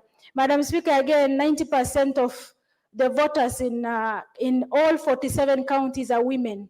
So they have to put in place how to help them through, that is the facility which can take them, they can affect them rightly, is water and health facility, Madam Speaker. Madam Speaker, through SHA is when now the health facilities, at least it's coming up, because people are not paying money, and SHA is at least working to sort out people on the ground in a facility, 4 levels, and levels of the hospitals, Madam Speaker.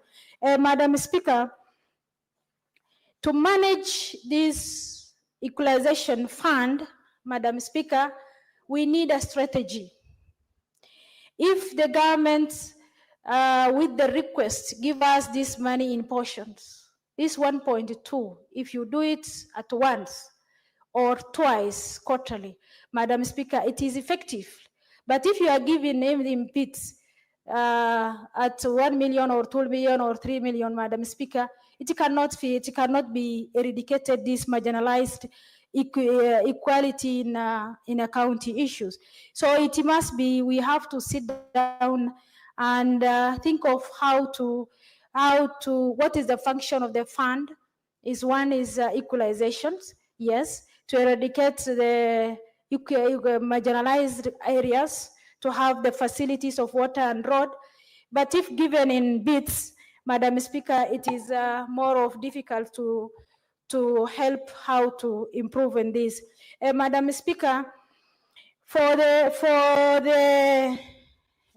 when it comes to, Madam Speaker, we need also to improve on irrigation, Madam Speaker. In Northern Kenya, our economic sector is on pastoralist.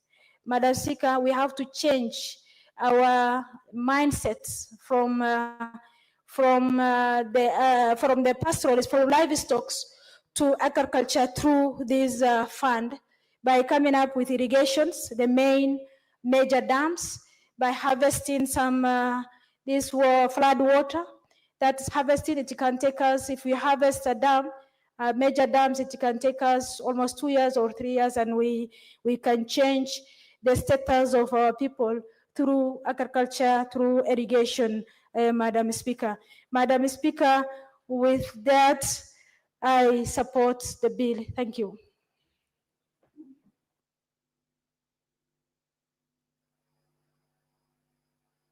Senator Abbas. Thank you, Honorable Speaker. Honorable Speaker, I want to contribute to this bill. Honorable Speaker, the Coalition Fund was done, formatted in 2004.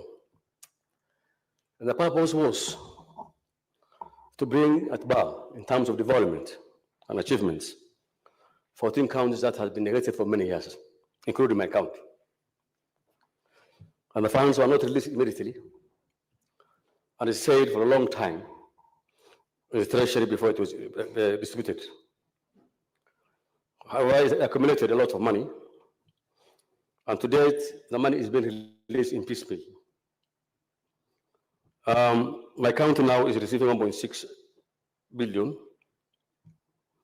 but this actually is insignificant because it has been again split into small bits of money, like a million, 1.5 million, 1.58 million, 88 million.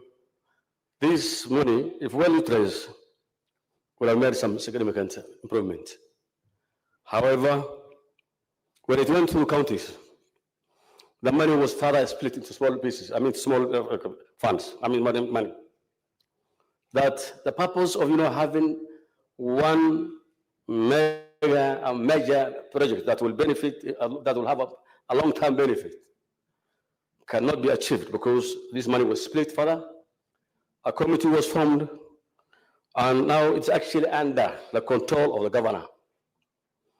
And now the money is now being used to lure some supporters and all these things. But the money is being distributed in piecemeal, like 2 million for a project, 1 million, 3 million. So it misses the whole purpose. One other thing, Your Honorable Speaker, that this money was initially meant for 14 counties. But of course, probably many other counties had similar problems. And now there are 34 counties, of which the 16 billion that has been released is actually insignificant for these counties to make a big stride on development. Honorable Speaker, it is the only way we can be able to achieve something in these counties, the counties like Northern Kenya especially, in Turkana, Wajir, to come at bar with other part of Kenyans in terms of development, is to have a major investment in development. That mega dams, when you give a small area or a certain center 1 million or 2 million shillings for electricity, I think it does meet the purpose. when you give that same money to build one classroom, it doesn't meet the purpose. The intention of this money was at least have a mega project for these areas so that at least they can be able to catch up in terms of food security, in terms of electricity supply, in terms of water supply. But as it is now, the CDF, the Equalization Fund has missed its target and purposes. There's a lot of money that is being held still in the treasury. I don't know whether money is still there or that's been diverted, because it happens always when money going to the arid areas, normally have been diverted always by respective governments. And therefore, what I want to say is that as much as we appreciate that this fund at least is going to make a difference, but however, as it is, I think it will not make a purpose for us today as Northern Kenya people, because the development is far-fetched, that what is now remaining, it was only for 20 years, actually. The whole purpose, development was, the money was meant for 20 years. So they believe that by 20 years, these counties will be able to develop well. The county of Wajir, Tana River, Mandera, Garissa, Turkana, and then all these places. But today, the CDF was only seeing that we're seeing that is making some impact on the ground. But of course, the money now again at a lot of bureaucracies. It goes through the COB, it goes through the governors, it goes through the advisory board, and it's actually budgeting is not done at the counties. It is being done at the advisory board. Therefore, when you give a certain project of 2 billion shillings, or 1.5 million, then I think that is a very wrong approach for development. Honorable Speaker, I will urge that the period remaining out of the 20 years is, I think only remaining now is about 6 years now. So for those 6 years, at least to achieve something good, all the funds that have been held in treasury should be released, and it should not be given in small bits, so at least we can have a major impact, and development can be done for the few remaining years. Otherwise, the time frame should be reviewed.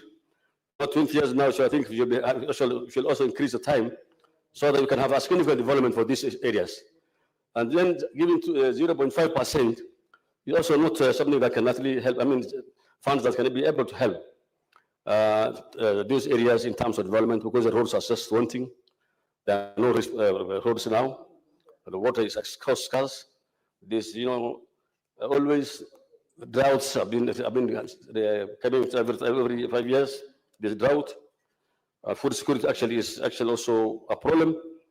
And therefore, I will request Treasury and the government, and those who are making the budget, to at least look into reviewing the period for this kind of this money, this equity funds. For those few remarks, Honorable Speaker, I beg to support the motion. Senator Hamida.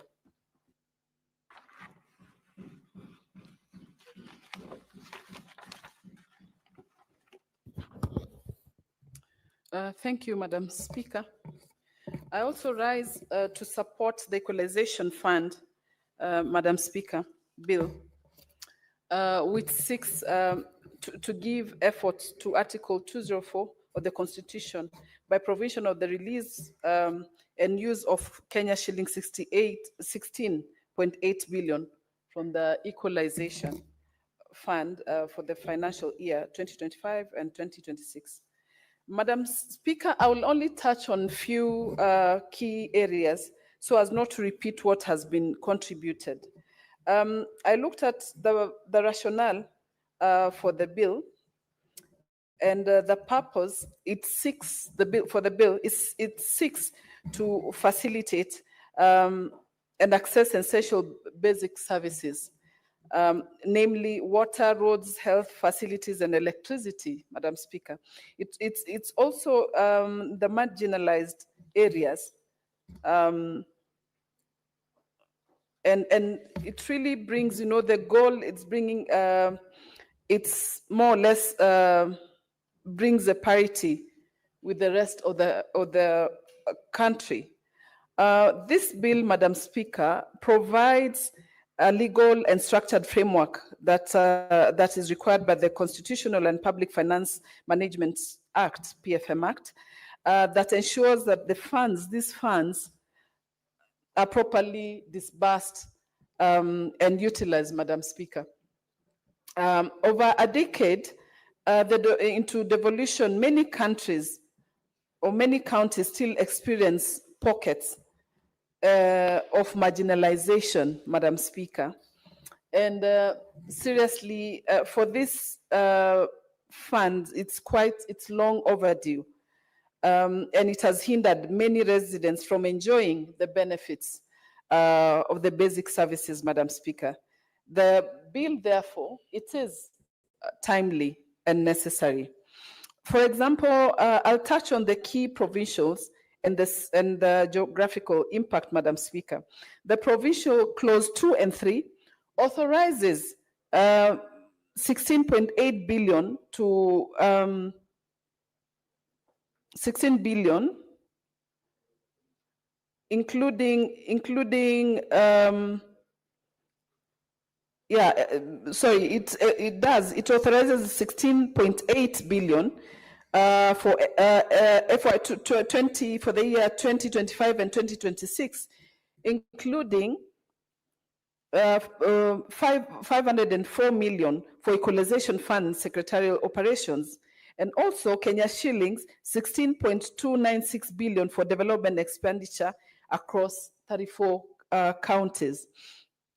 Clause 4, Madam Speaker, explicitly excludes the funds from being deposited in the county revenue funds under Article 207. Clause 5 also does provide that approval for the projects will not lapse at the end of the financial year and will also remain in force until all projects are completed. Clause 6, Madam Speaker, provides that disbursements require both the controller of budget authorization and written instruction from the Equalization Fund Advisory Board, Madam Speaker, via the National Treasury. Madam Speaker, I realize this is quite significant, and that's the best, I'm looking at in this bill, because the bill honors our constitutional mandate to uplift all historical marginalized regions. I have seen Senator Mariam actually trying to compare, the Mandera counties and the other counties, and I feel strongly that I feel for them, and I realize that the bill accelerates equity in development, giving vulnerable constituencies the infrastructure needed for education, healthcare, economic activity, and dignity. Healthcare is key here, Madam Speaker.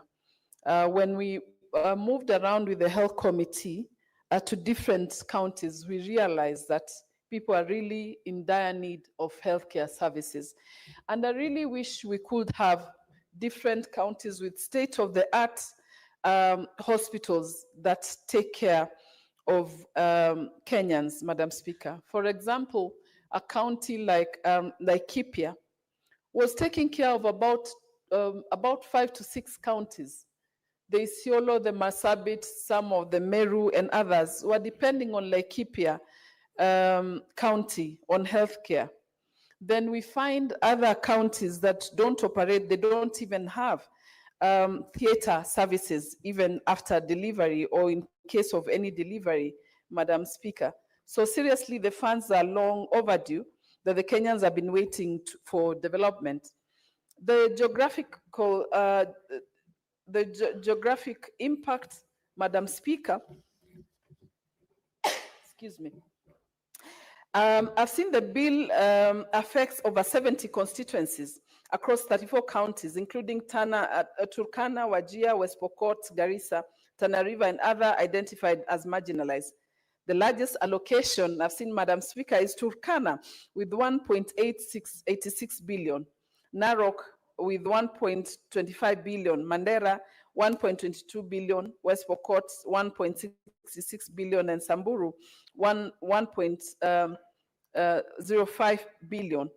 I think this is key, Madam Speaker. I seriously support the Equalization Fund Appropriation Bill 2025 and urge for that reason that it's expedited and considered as historical when in fact, if we observe if we have observed the delays in the disbursement of these funds, Madam Speaker, often towards the end of financial year, let us act swiftly and timely to ensure that implementation and delivery of these services should be to the communities that need the services and development is moved as swiftly as possible. Madam Speaker, I think I'll only speak to that because many have discussed certain issues and I do not want to repeat what has been discussed. Thank you, Madam Speaker. Senator Seki. Thank you very much, Madam Speaker.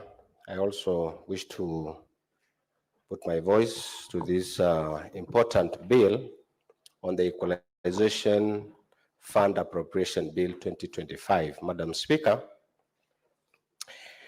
in the instant, I want to support this bill and support because it is true that there are counties that are yet behind others in this country, Honorable Speaker, in areas of development, particularly on infrastructure, Honorable Speaker. The marginalized counties, the semi-arid and arid counties have really realized a very strong problems or even big problems on infrastructure, particularly water, roads, health services, Honorable Speaker. And this bill come in a handy where we try to bring these counties to a level where the others are. Honorable Speaker, looking at the county like Kajiado, which they have realized or they have benefited with 674, 525, 449 million, which Kajiado Central have been apportioned at 233 million, 919, 794. Kajiado South receiving 102, 681, 312, and Kajiado West receiving 337 million, 224, 343. Really, the Commission of Revenue Allocation has apportioned this through their,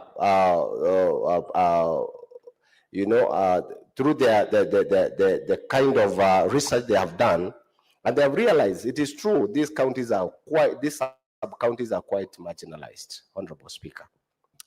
Looking at the county, a sub-county like Kajiado South, where you have very big wards with a big population, and you hardly get a road in one of a road that crosses the entire ward.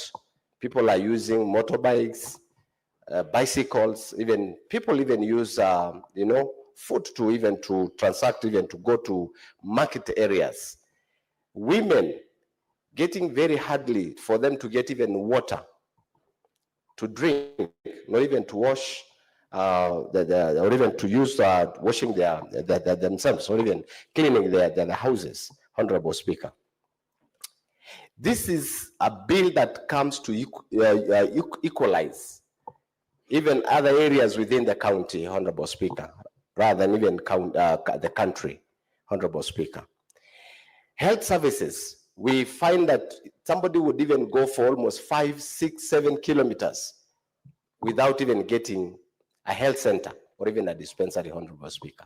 This bill comes in a hand where the county, through the board, the board of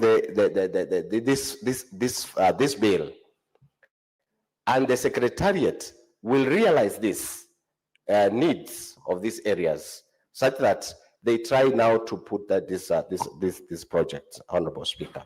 It is true that we've been having this bill all along, but we have a problem where the implementation of this bill is becoming a big problem. When we realize these funds, this money is being divided into small parts, or even into small projects of 2 million, 3 million, 1 million, which will not bring any impact in the county, Honorable Speaker. Our request, and as this House, the Senate should supervise, should also go through and look at how this money is being appropriated, or even being subdivided within the sub-county, or even within the ward, Honorable Speaker, so that we realize impact. We see impact within our wards, and it should not be left to governors to, give directions on how they use this fund, because sometimes they go and, subdivide this money, allocate this money in very small units, small numbers, such that we are unable to realize the impact of the money, Honorable Speaker. I want to say that the kind of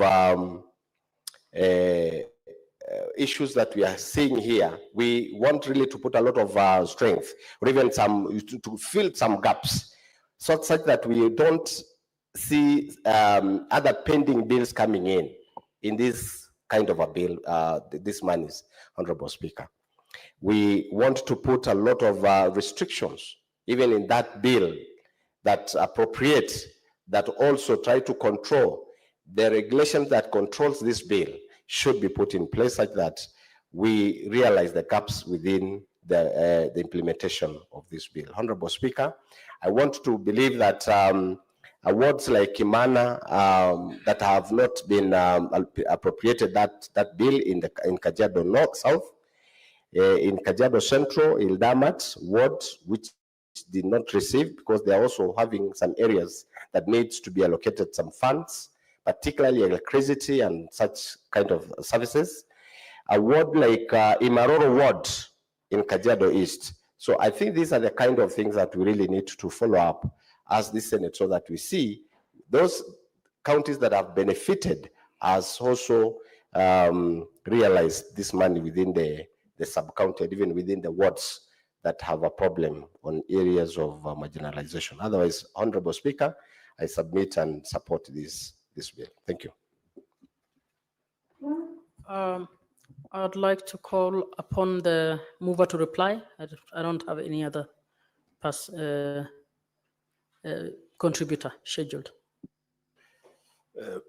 Madam Speaker, I thank you. And very briefly, in reply, I want to agree with the contributions of just about everybody, because we are all in agreement that this is a very important piece of legislation in respect of trying to equalize the country constitutionally.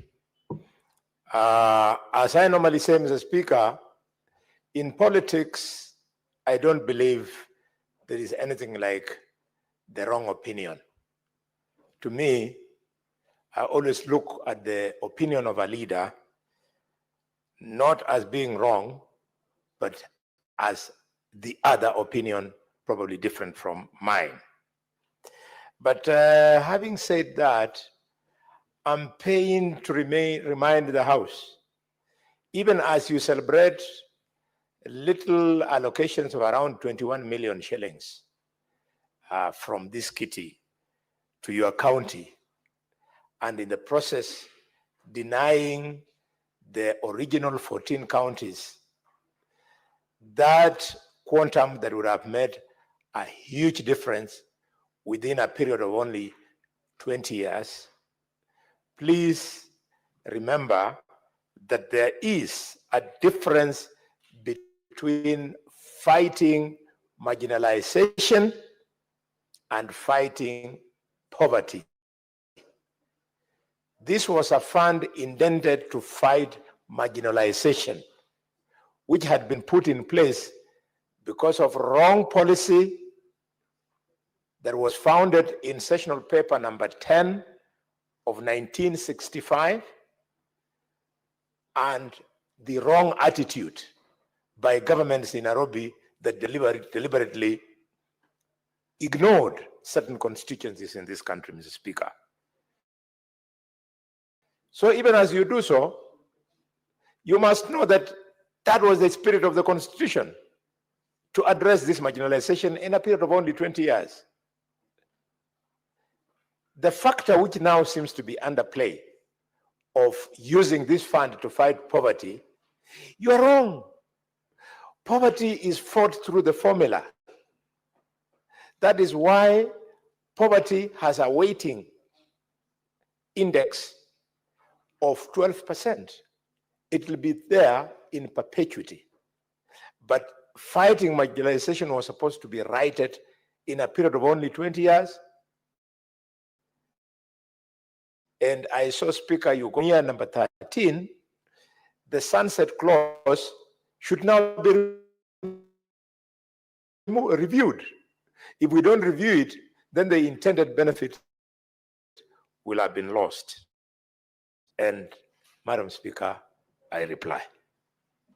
And pursuant to standing order number 66.3, I'm replying. You'll have a chance, relax.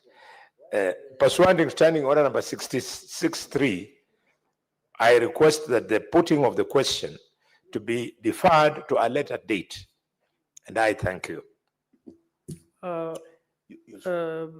Honorable Senators, I'd like to get back to an item that was deferred by the Speaker, order number 6, the notice of motion. Please call it out.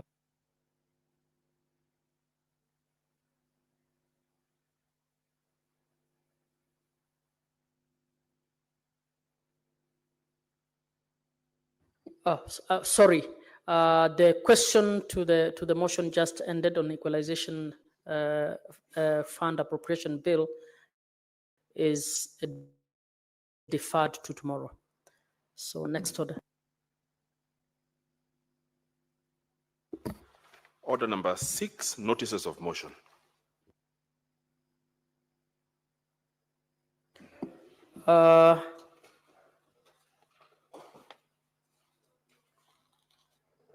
Is it order number? Which one number? Senator Karen Nyamu.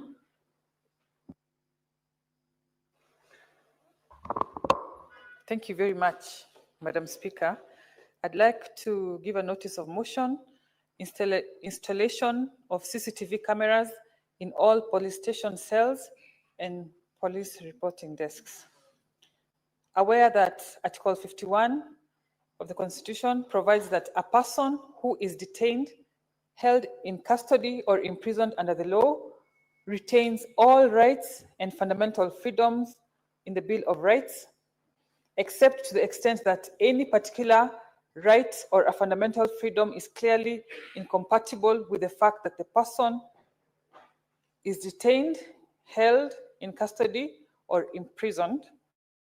Further, aware that the National Task Force on Improvement of the Terms and Conditions of Service and other reforms for members of the National Police Service and Kenya Prison Service recommended adequate government funding for the National Police Service to modernize its facilities, equipment, and gear, and enhance its logistical and technological capabilities for National Police Service officers in order to enable the service discharge its mandate efficiently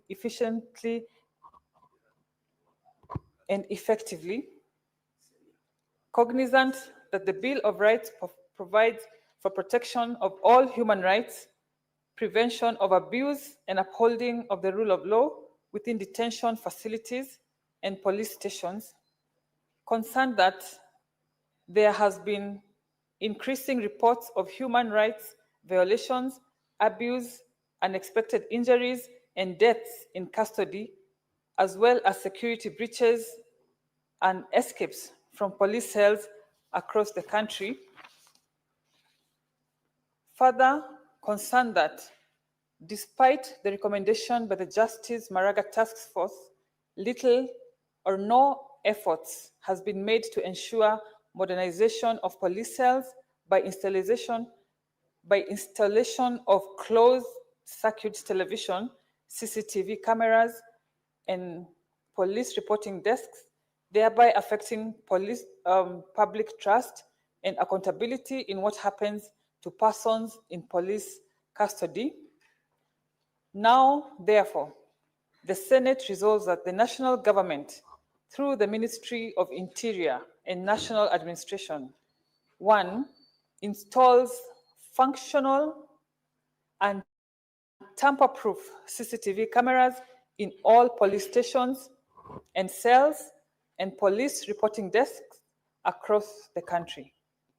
2, ensures that all CCTV systems are monitored in real time and that footage is securely stored and made accessible during investigations, judicial processes, and 3, provides the necessary resources, technical support, and training to law enforcement officers for the effective operation and maintenance of CCTV systems and continuous digitization of occurrence book platforms. Thank you, Madam Speaker. Honorable Senators, I have a communication to make on visiting teachers and students from Meteitei Secondary School in Nandi County. Honorable Senators, I would like to acknowledge the presence in the public gallery this afternoon of visiting teachers and students from Meteitei Secondary School in Nandi County. The delegation comprises 8 teachers and 156 students who are in the Senate for a one-day academic exposition. Honorable Senators, in our usual tradition of receiving and welcoming visitors to Parliament, I extend a warm welcome to them, and on behalf of the Senate and on my own behalf, wish them a fruitful visit. I thank you. Senator Cherarke, Senator Fonandi, you may wish to welcome the team.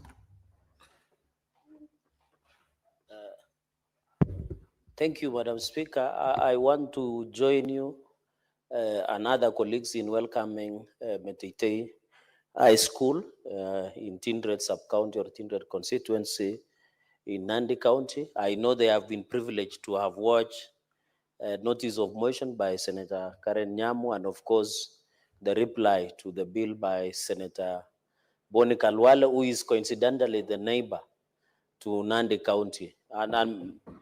And Madam Speaker, Meteitei High School is one of the best schools. Of course, after what you truly went to Kapsawet Boys High School, is one of the topmost alongside is Meteitei High School. And we are proud of the boys. I know we are doing a lot in that school in terms of infrastructure. I hope they grow to be men of courage, brave.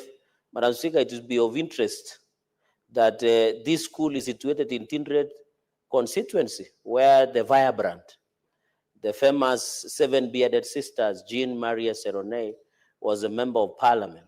And coincidentally, Jean Maria Serone, for your information, Madam Speaker, was my grandfather. So that constituency is one of the best and we are proud. I want to wish them well, work hard. One day and one time you'll be able to sit in some of these leadership positions. We wish you well. Learn as much as you can. The future belongs to all of you. The only advantage you have over us is age. You are still young, you can make. Madam Speaker, with that indulgence, thank you very much, and I wish them all the best. I thank you. Honorable Senators, as per earlier ruling by the Speaker, we now move on to order number 18. Order number 18, the County Government's Additional Allocations number 2 Bill, Senate Bills number 8 of 2025, second reading. Who's doing it for Majority Leader? Is that Whip? Thank you. Finance Committee, it's Finance Committee, sir. Thank you, Speaker. Speaker, I rise to move motion number 18, being the County Government's Additional Allocations Bill 2025. And Mr. Speaker, because sometimes members of the public follow these proceedings, it's good for us to clarify to them what we mean by County Government Additional Allocation Bill. Basic. And this is a bill that provides for additional allocation of money to county governments. This money comes in two limbs. The first limb, the money is given conditionally, and the other one, it is given unconditionally. Where it is given conditionally in this law, it means that the money must be spent on the specified reason for which the money has been given. And unconditionally, it means you spend it as you like. Let me give you an example. Let's say the money realized from court fines. Once you realize that money, you are not obligated to spend it on a specific thing. It is money that has gone into the county revenue account, and therefore you spend. But the one which now goes to county revenue account as conditional, it goes there probably from proceeds of grants, from loans. Then it specifies that you shall use it for water or some other activity, Madam Speaker. Having said that, may I also clarify that additional allocations are strictly processed by my committee, Committee of Finance.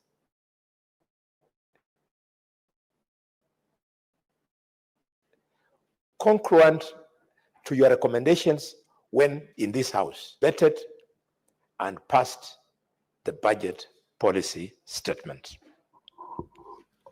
Madam Speaker,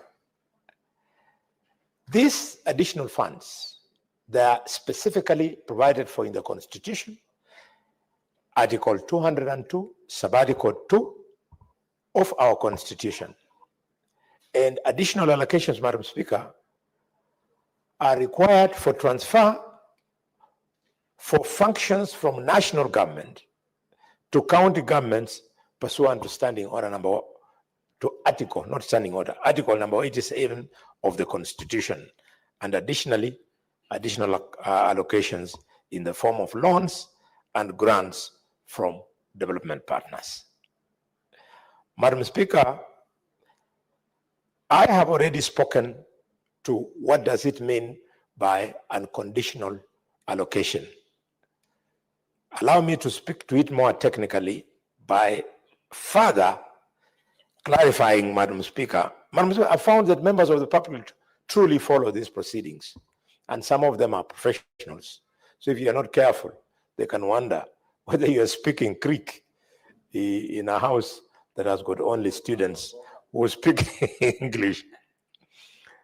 Madam Speaker, these grants and conditional allocations are to the beneficiary county governments from proceeds of court fines emanating from contravention of county government legislation, as set out in column A, which is in this schedule that is attached to the bill for those of you who will take trouble to go through it. And then also and conditional allocations to the beneficiary county governments emanate from 20% of the share of minerals royalties pursuant to the provisions of the Mining Act. Madam Speaker, county additional allocations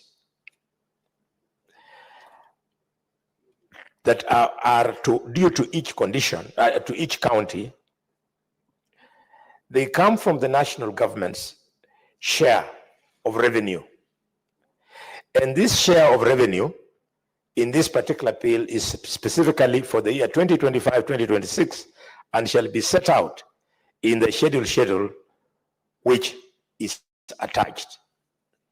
I will not go dissecting the details of the second schedules because it just speaks to the institutions that are advancing that money in the form of the actual names of the development partners. There are quite many. So when you scan the schedule, you'll by yourself see it. Madam Speaker, there is an aspect to these allocations which is deliberately put to incentivize governors, to incentivize county governments and the county assemblies so that they can be rewarded for prudent management of resources. Allow me to specify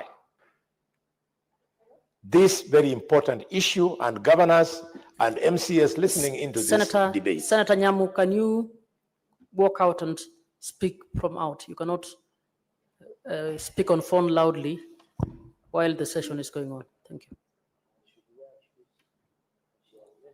Madam Speaker, I need that I be very clear on this one, on incentivization. The governors who steal funds, who do not manage the funds well, they lose out on the following monies because this law rewards good manners, rewards performance. And it says to those who will not fall short of the glory. One, Kenya shillings 75 million will be due for each county. Senator Cherarki, what is your point of order? Madam Speaker, Standing Order 105 and 101, Madam Speaker, I've had the benefit of reading this bill. There is nowhere that says we are being rewarded for having good manners. So is it in order for the great senator who says public are watching to mislead the public that we are being rewarded for giving good manners, Madam Speaker? Senator Cherarki, I don't think that senator said the act says it is rewarding for good manners. I don't recall that. Proceed, Senator. Thank you, Madam Speaker. I want to urge Senator Sergei, the medium of communication in this house is either Swahili or English. It is never Kiluya or Kalenjin. So when we choose to speak in English, Madam Speaker, he should make an effort and understand the specific words used. The word I used, Madam Speaker, for clarity is incentivize. I never talked about rewarding. Now, as an old boy of Kapsabet High School, your teacher who taught you English must be wondering what became of my student. Madam Speaker, Kenya shilling 75 million for each county government that has increased its own source revenue by at least 5% annually over the above rate of inflation. Senator Cherarki, what's your point of order? Madam Speaker, contents of Standing Order 101 on contents of speech. If Senator Kalwale wants to discuss my character and my ability, he should bring a substance. And you know, Madam Speaker, I cannot allow this to go. There is a day he referred to me that I went to Kumbaro School, and it is not answered. In fact, Madam Speaker, this issue of allowing Senator Kalwale to get away with some of these things. In fact, it's not, Madam Speaker, the last time he said, I went to Kubaru School, and it is unanswered. I request your principal clerks even to give you that clip, Madam Speaker. So can you withdraw and apologize? Senator Halwale, for insinuating that the English of Senator Gerard Gay is wanting, can you please withdraw and apologize? Madam Speaker, I have quickly withdrawn those remarks and profusely apologize not only to the senator, but also the family of Kapsabet High School, led by the teacher who taught him English, 100% in English. Madam Speaker, Madam Speaker, the second recognition will be Kenya shillings, 75 million shillings for each county government that will have prepared and implemented an action plan so as to reduce the stock of pending bills and maintain it at minimum levels. This is so important. The pending bills hanging around in Kisumu County, hanging around in Kakamega and everywhere, we are rewarding governors by 75 million if they make an attempt to maintain the stock of those pending bills at the lowest amount. And then Kenya shillings, 97,500,000 for each county government that will have integrated its human resource records, authorized staff establishment and payroll, and uploaded cleaned payrolls in the human resource management information system. In this, we are attempting to recognize the importance of eradicating ghost workers. So if we see the human resource management in the county government is taking this effort, there's a reward of 95 million shillings, 500,000. Fourthly, allow me, Madam Speaker, to switch off my phone, it's distracting me.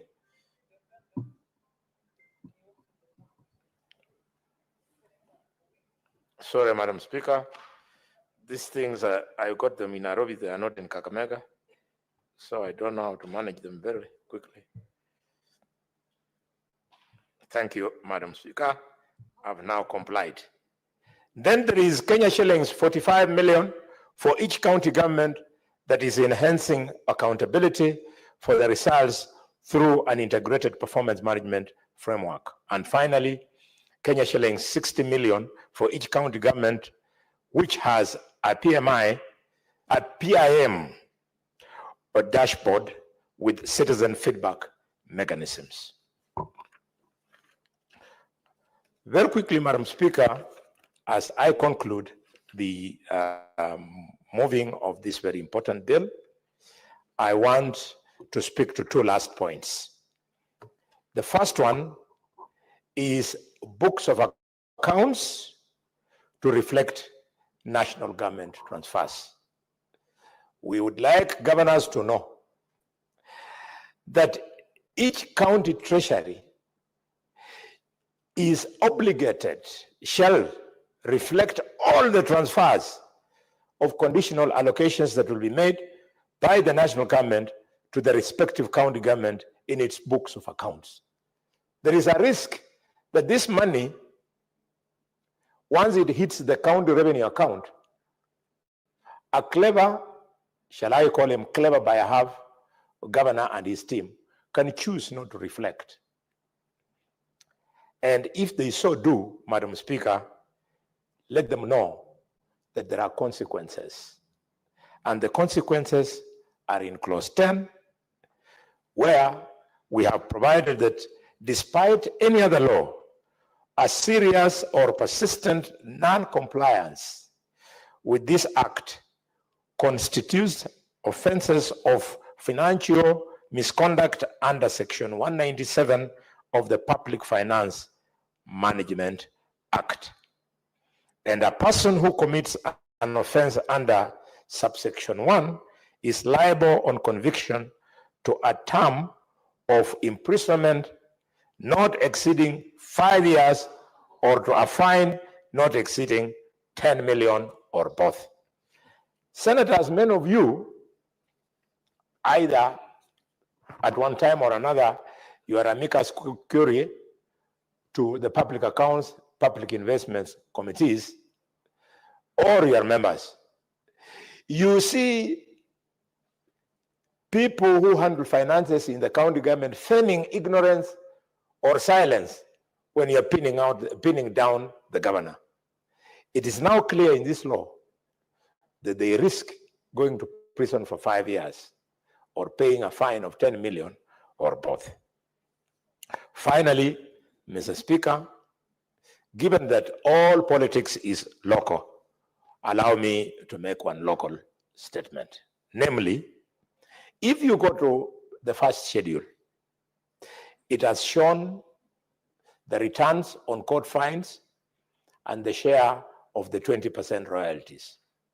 On behalf of the people of Kakamega County, I want to tell some people in the National Treasury, please don't take the entire populace of Kakamega for fools.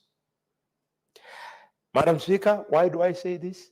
They say the only money we collected through court fines in Kakamega, and you have practiced law there, is only 16,555 shillings. 16,000 in Kakamega. Then, Madam Speaker, sorry, I got it wrong. That in Kakamega, you collect zero from court fines. But the most ridiculous is that from mineral royalties, our 20%, the people of Kakamega, the county of gold mining, our 20% is 16,555 shillings. If I go to Malinya, which is the gold mining market, and I go Haega, gold mining market, I go to Kakamega town, the gold mining headquarters, the people who weigh the gold, sometimes in the evening, a mama who was just cleaning the soil, not doing mining, walks away with 20,000, meaning the investor has gone away with a fortune. Madam Speaker, this deliberate shortchanging of gold mining centers. We have gold in Restman. We have gold, Madam Speaker, in Shikalagala. We have gold in Majiris. We have gold in Mwiritza, in Shinyalu. We have gold in Masienze. We have gold in Museno. We have gold in Lirembe, in Shitoli, in Malinya, in Shikoe, in Isulu, in Bushiangala, in Shihalia. Please, this joke must stop. This is robbery of the people of Kakamega. I'll go with this bill, Madam Speaker, to the Minister for Minerals, my own brother, His Excellency, Governor Emeritus Hassan Joho. I tell him this has to stop. With those many remarks, Madam Speaker, I invite the Mamba Eater, the distinguished senator from Tana River, Senator Danson Mungatana, my very good old friend, to second me. Senator Mungatana. Mr. Speaker, may I take this opportunity to thank the Honorable, indefatigable legend, Senator from the great county of Kakamega, for ably moving this bill before this House. Madam Speaker, this bill has only 8, in fact, 10 clauses. But Madam Speaker, it's one of the most important bills that defines the duties of this Senate of the Republic of Kenya. And Madam Speaker, some of the clauses are extremely important, and we need to let the people know what these clauses stand for. I will not repeat, Madam Speaker, that there are conditional and unconditional grants. Maybe I'll come back to it, but I wanted to emphasize on clause 7. Clause 7 talks about the cabinet secretary who is supposed to publish the entire quarterly reports of what monies they have transferred conditionally in the whole Republic of Kenya to the various counties. And Madam Speaker, it is not a secret anymore. And we want Kenyans to start looking at these figures, the numbers, so that people can see what is happening in their counties. Believe you me, even though you live here in Nairobi, the day you die, we are going to hire a bus and sing for you songs and take you to Tana River if you came back from Tana River. If you came from other counties, same process. You'll probably be ferried by a bus or some vehicle. And Madam Speaker, it is critical for people who are living in Nairobi, Mombasa, and these big counties because of work, that they know that every quarter there is some money that is coming to your county. Take time to know. It is not proper for our professionals to only keep quiet, and then start criticizing leaders, saying, oh, what is the senator doing? Saying, oh, what is happening in my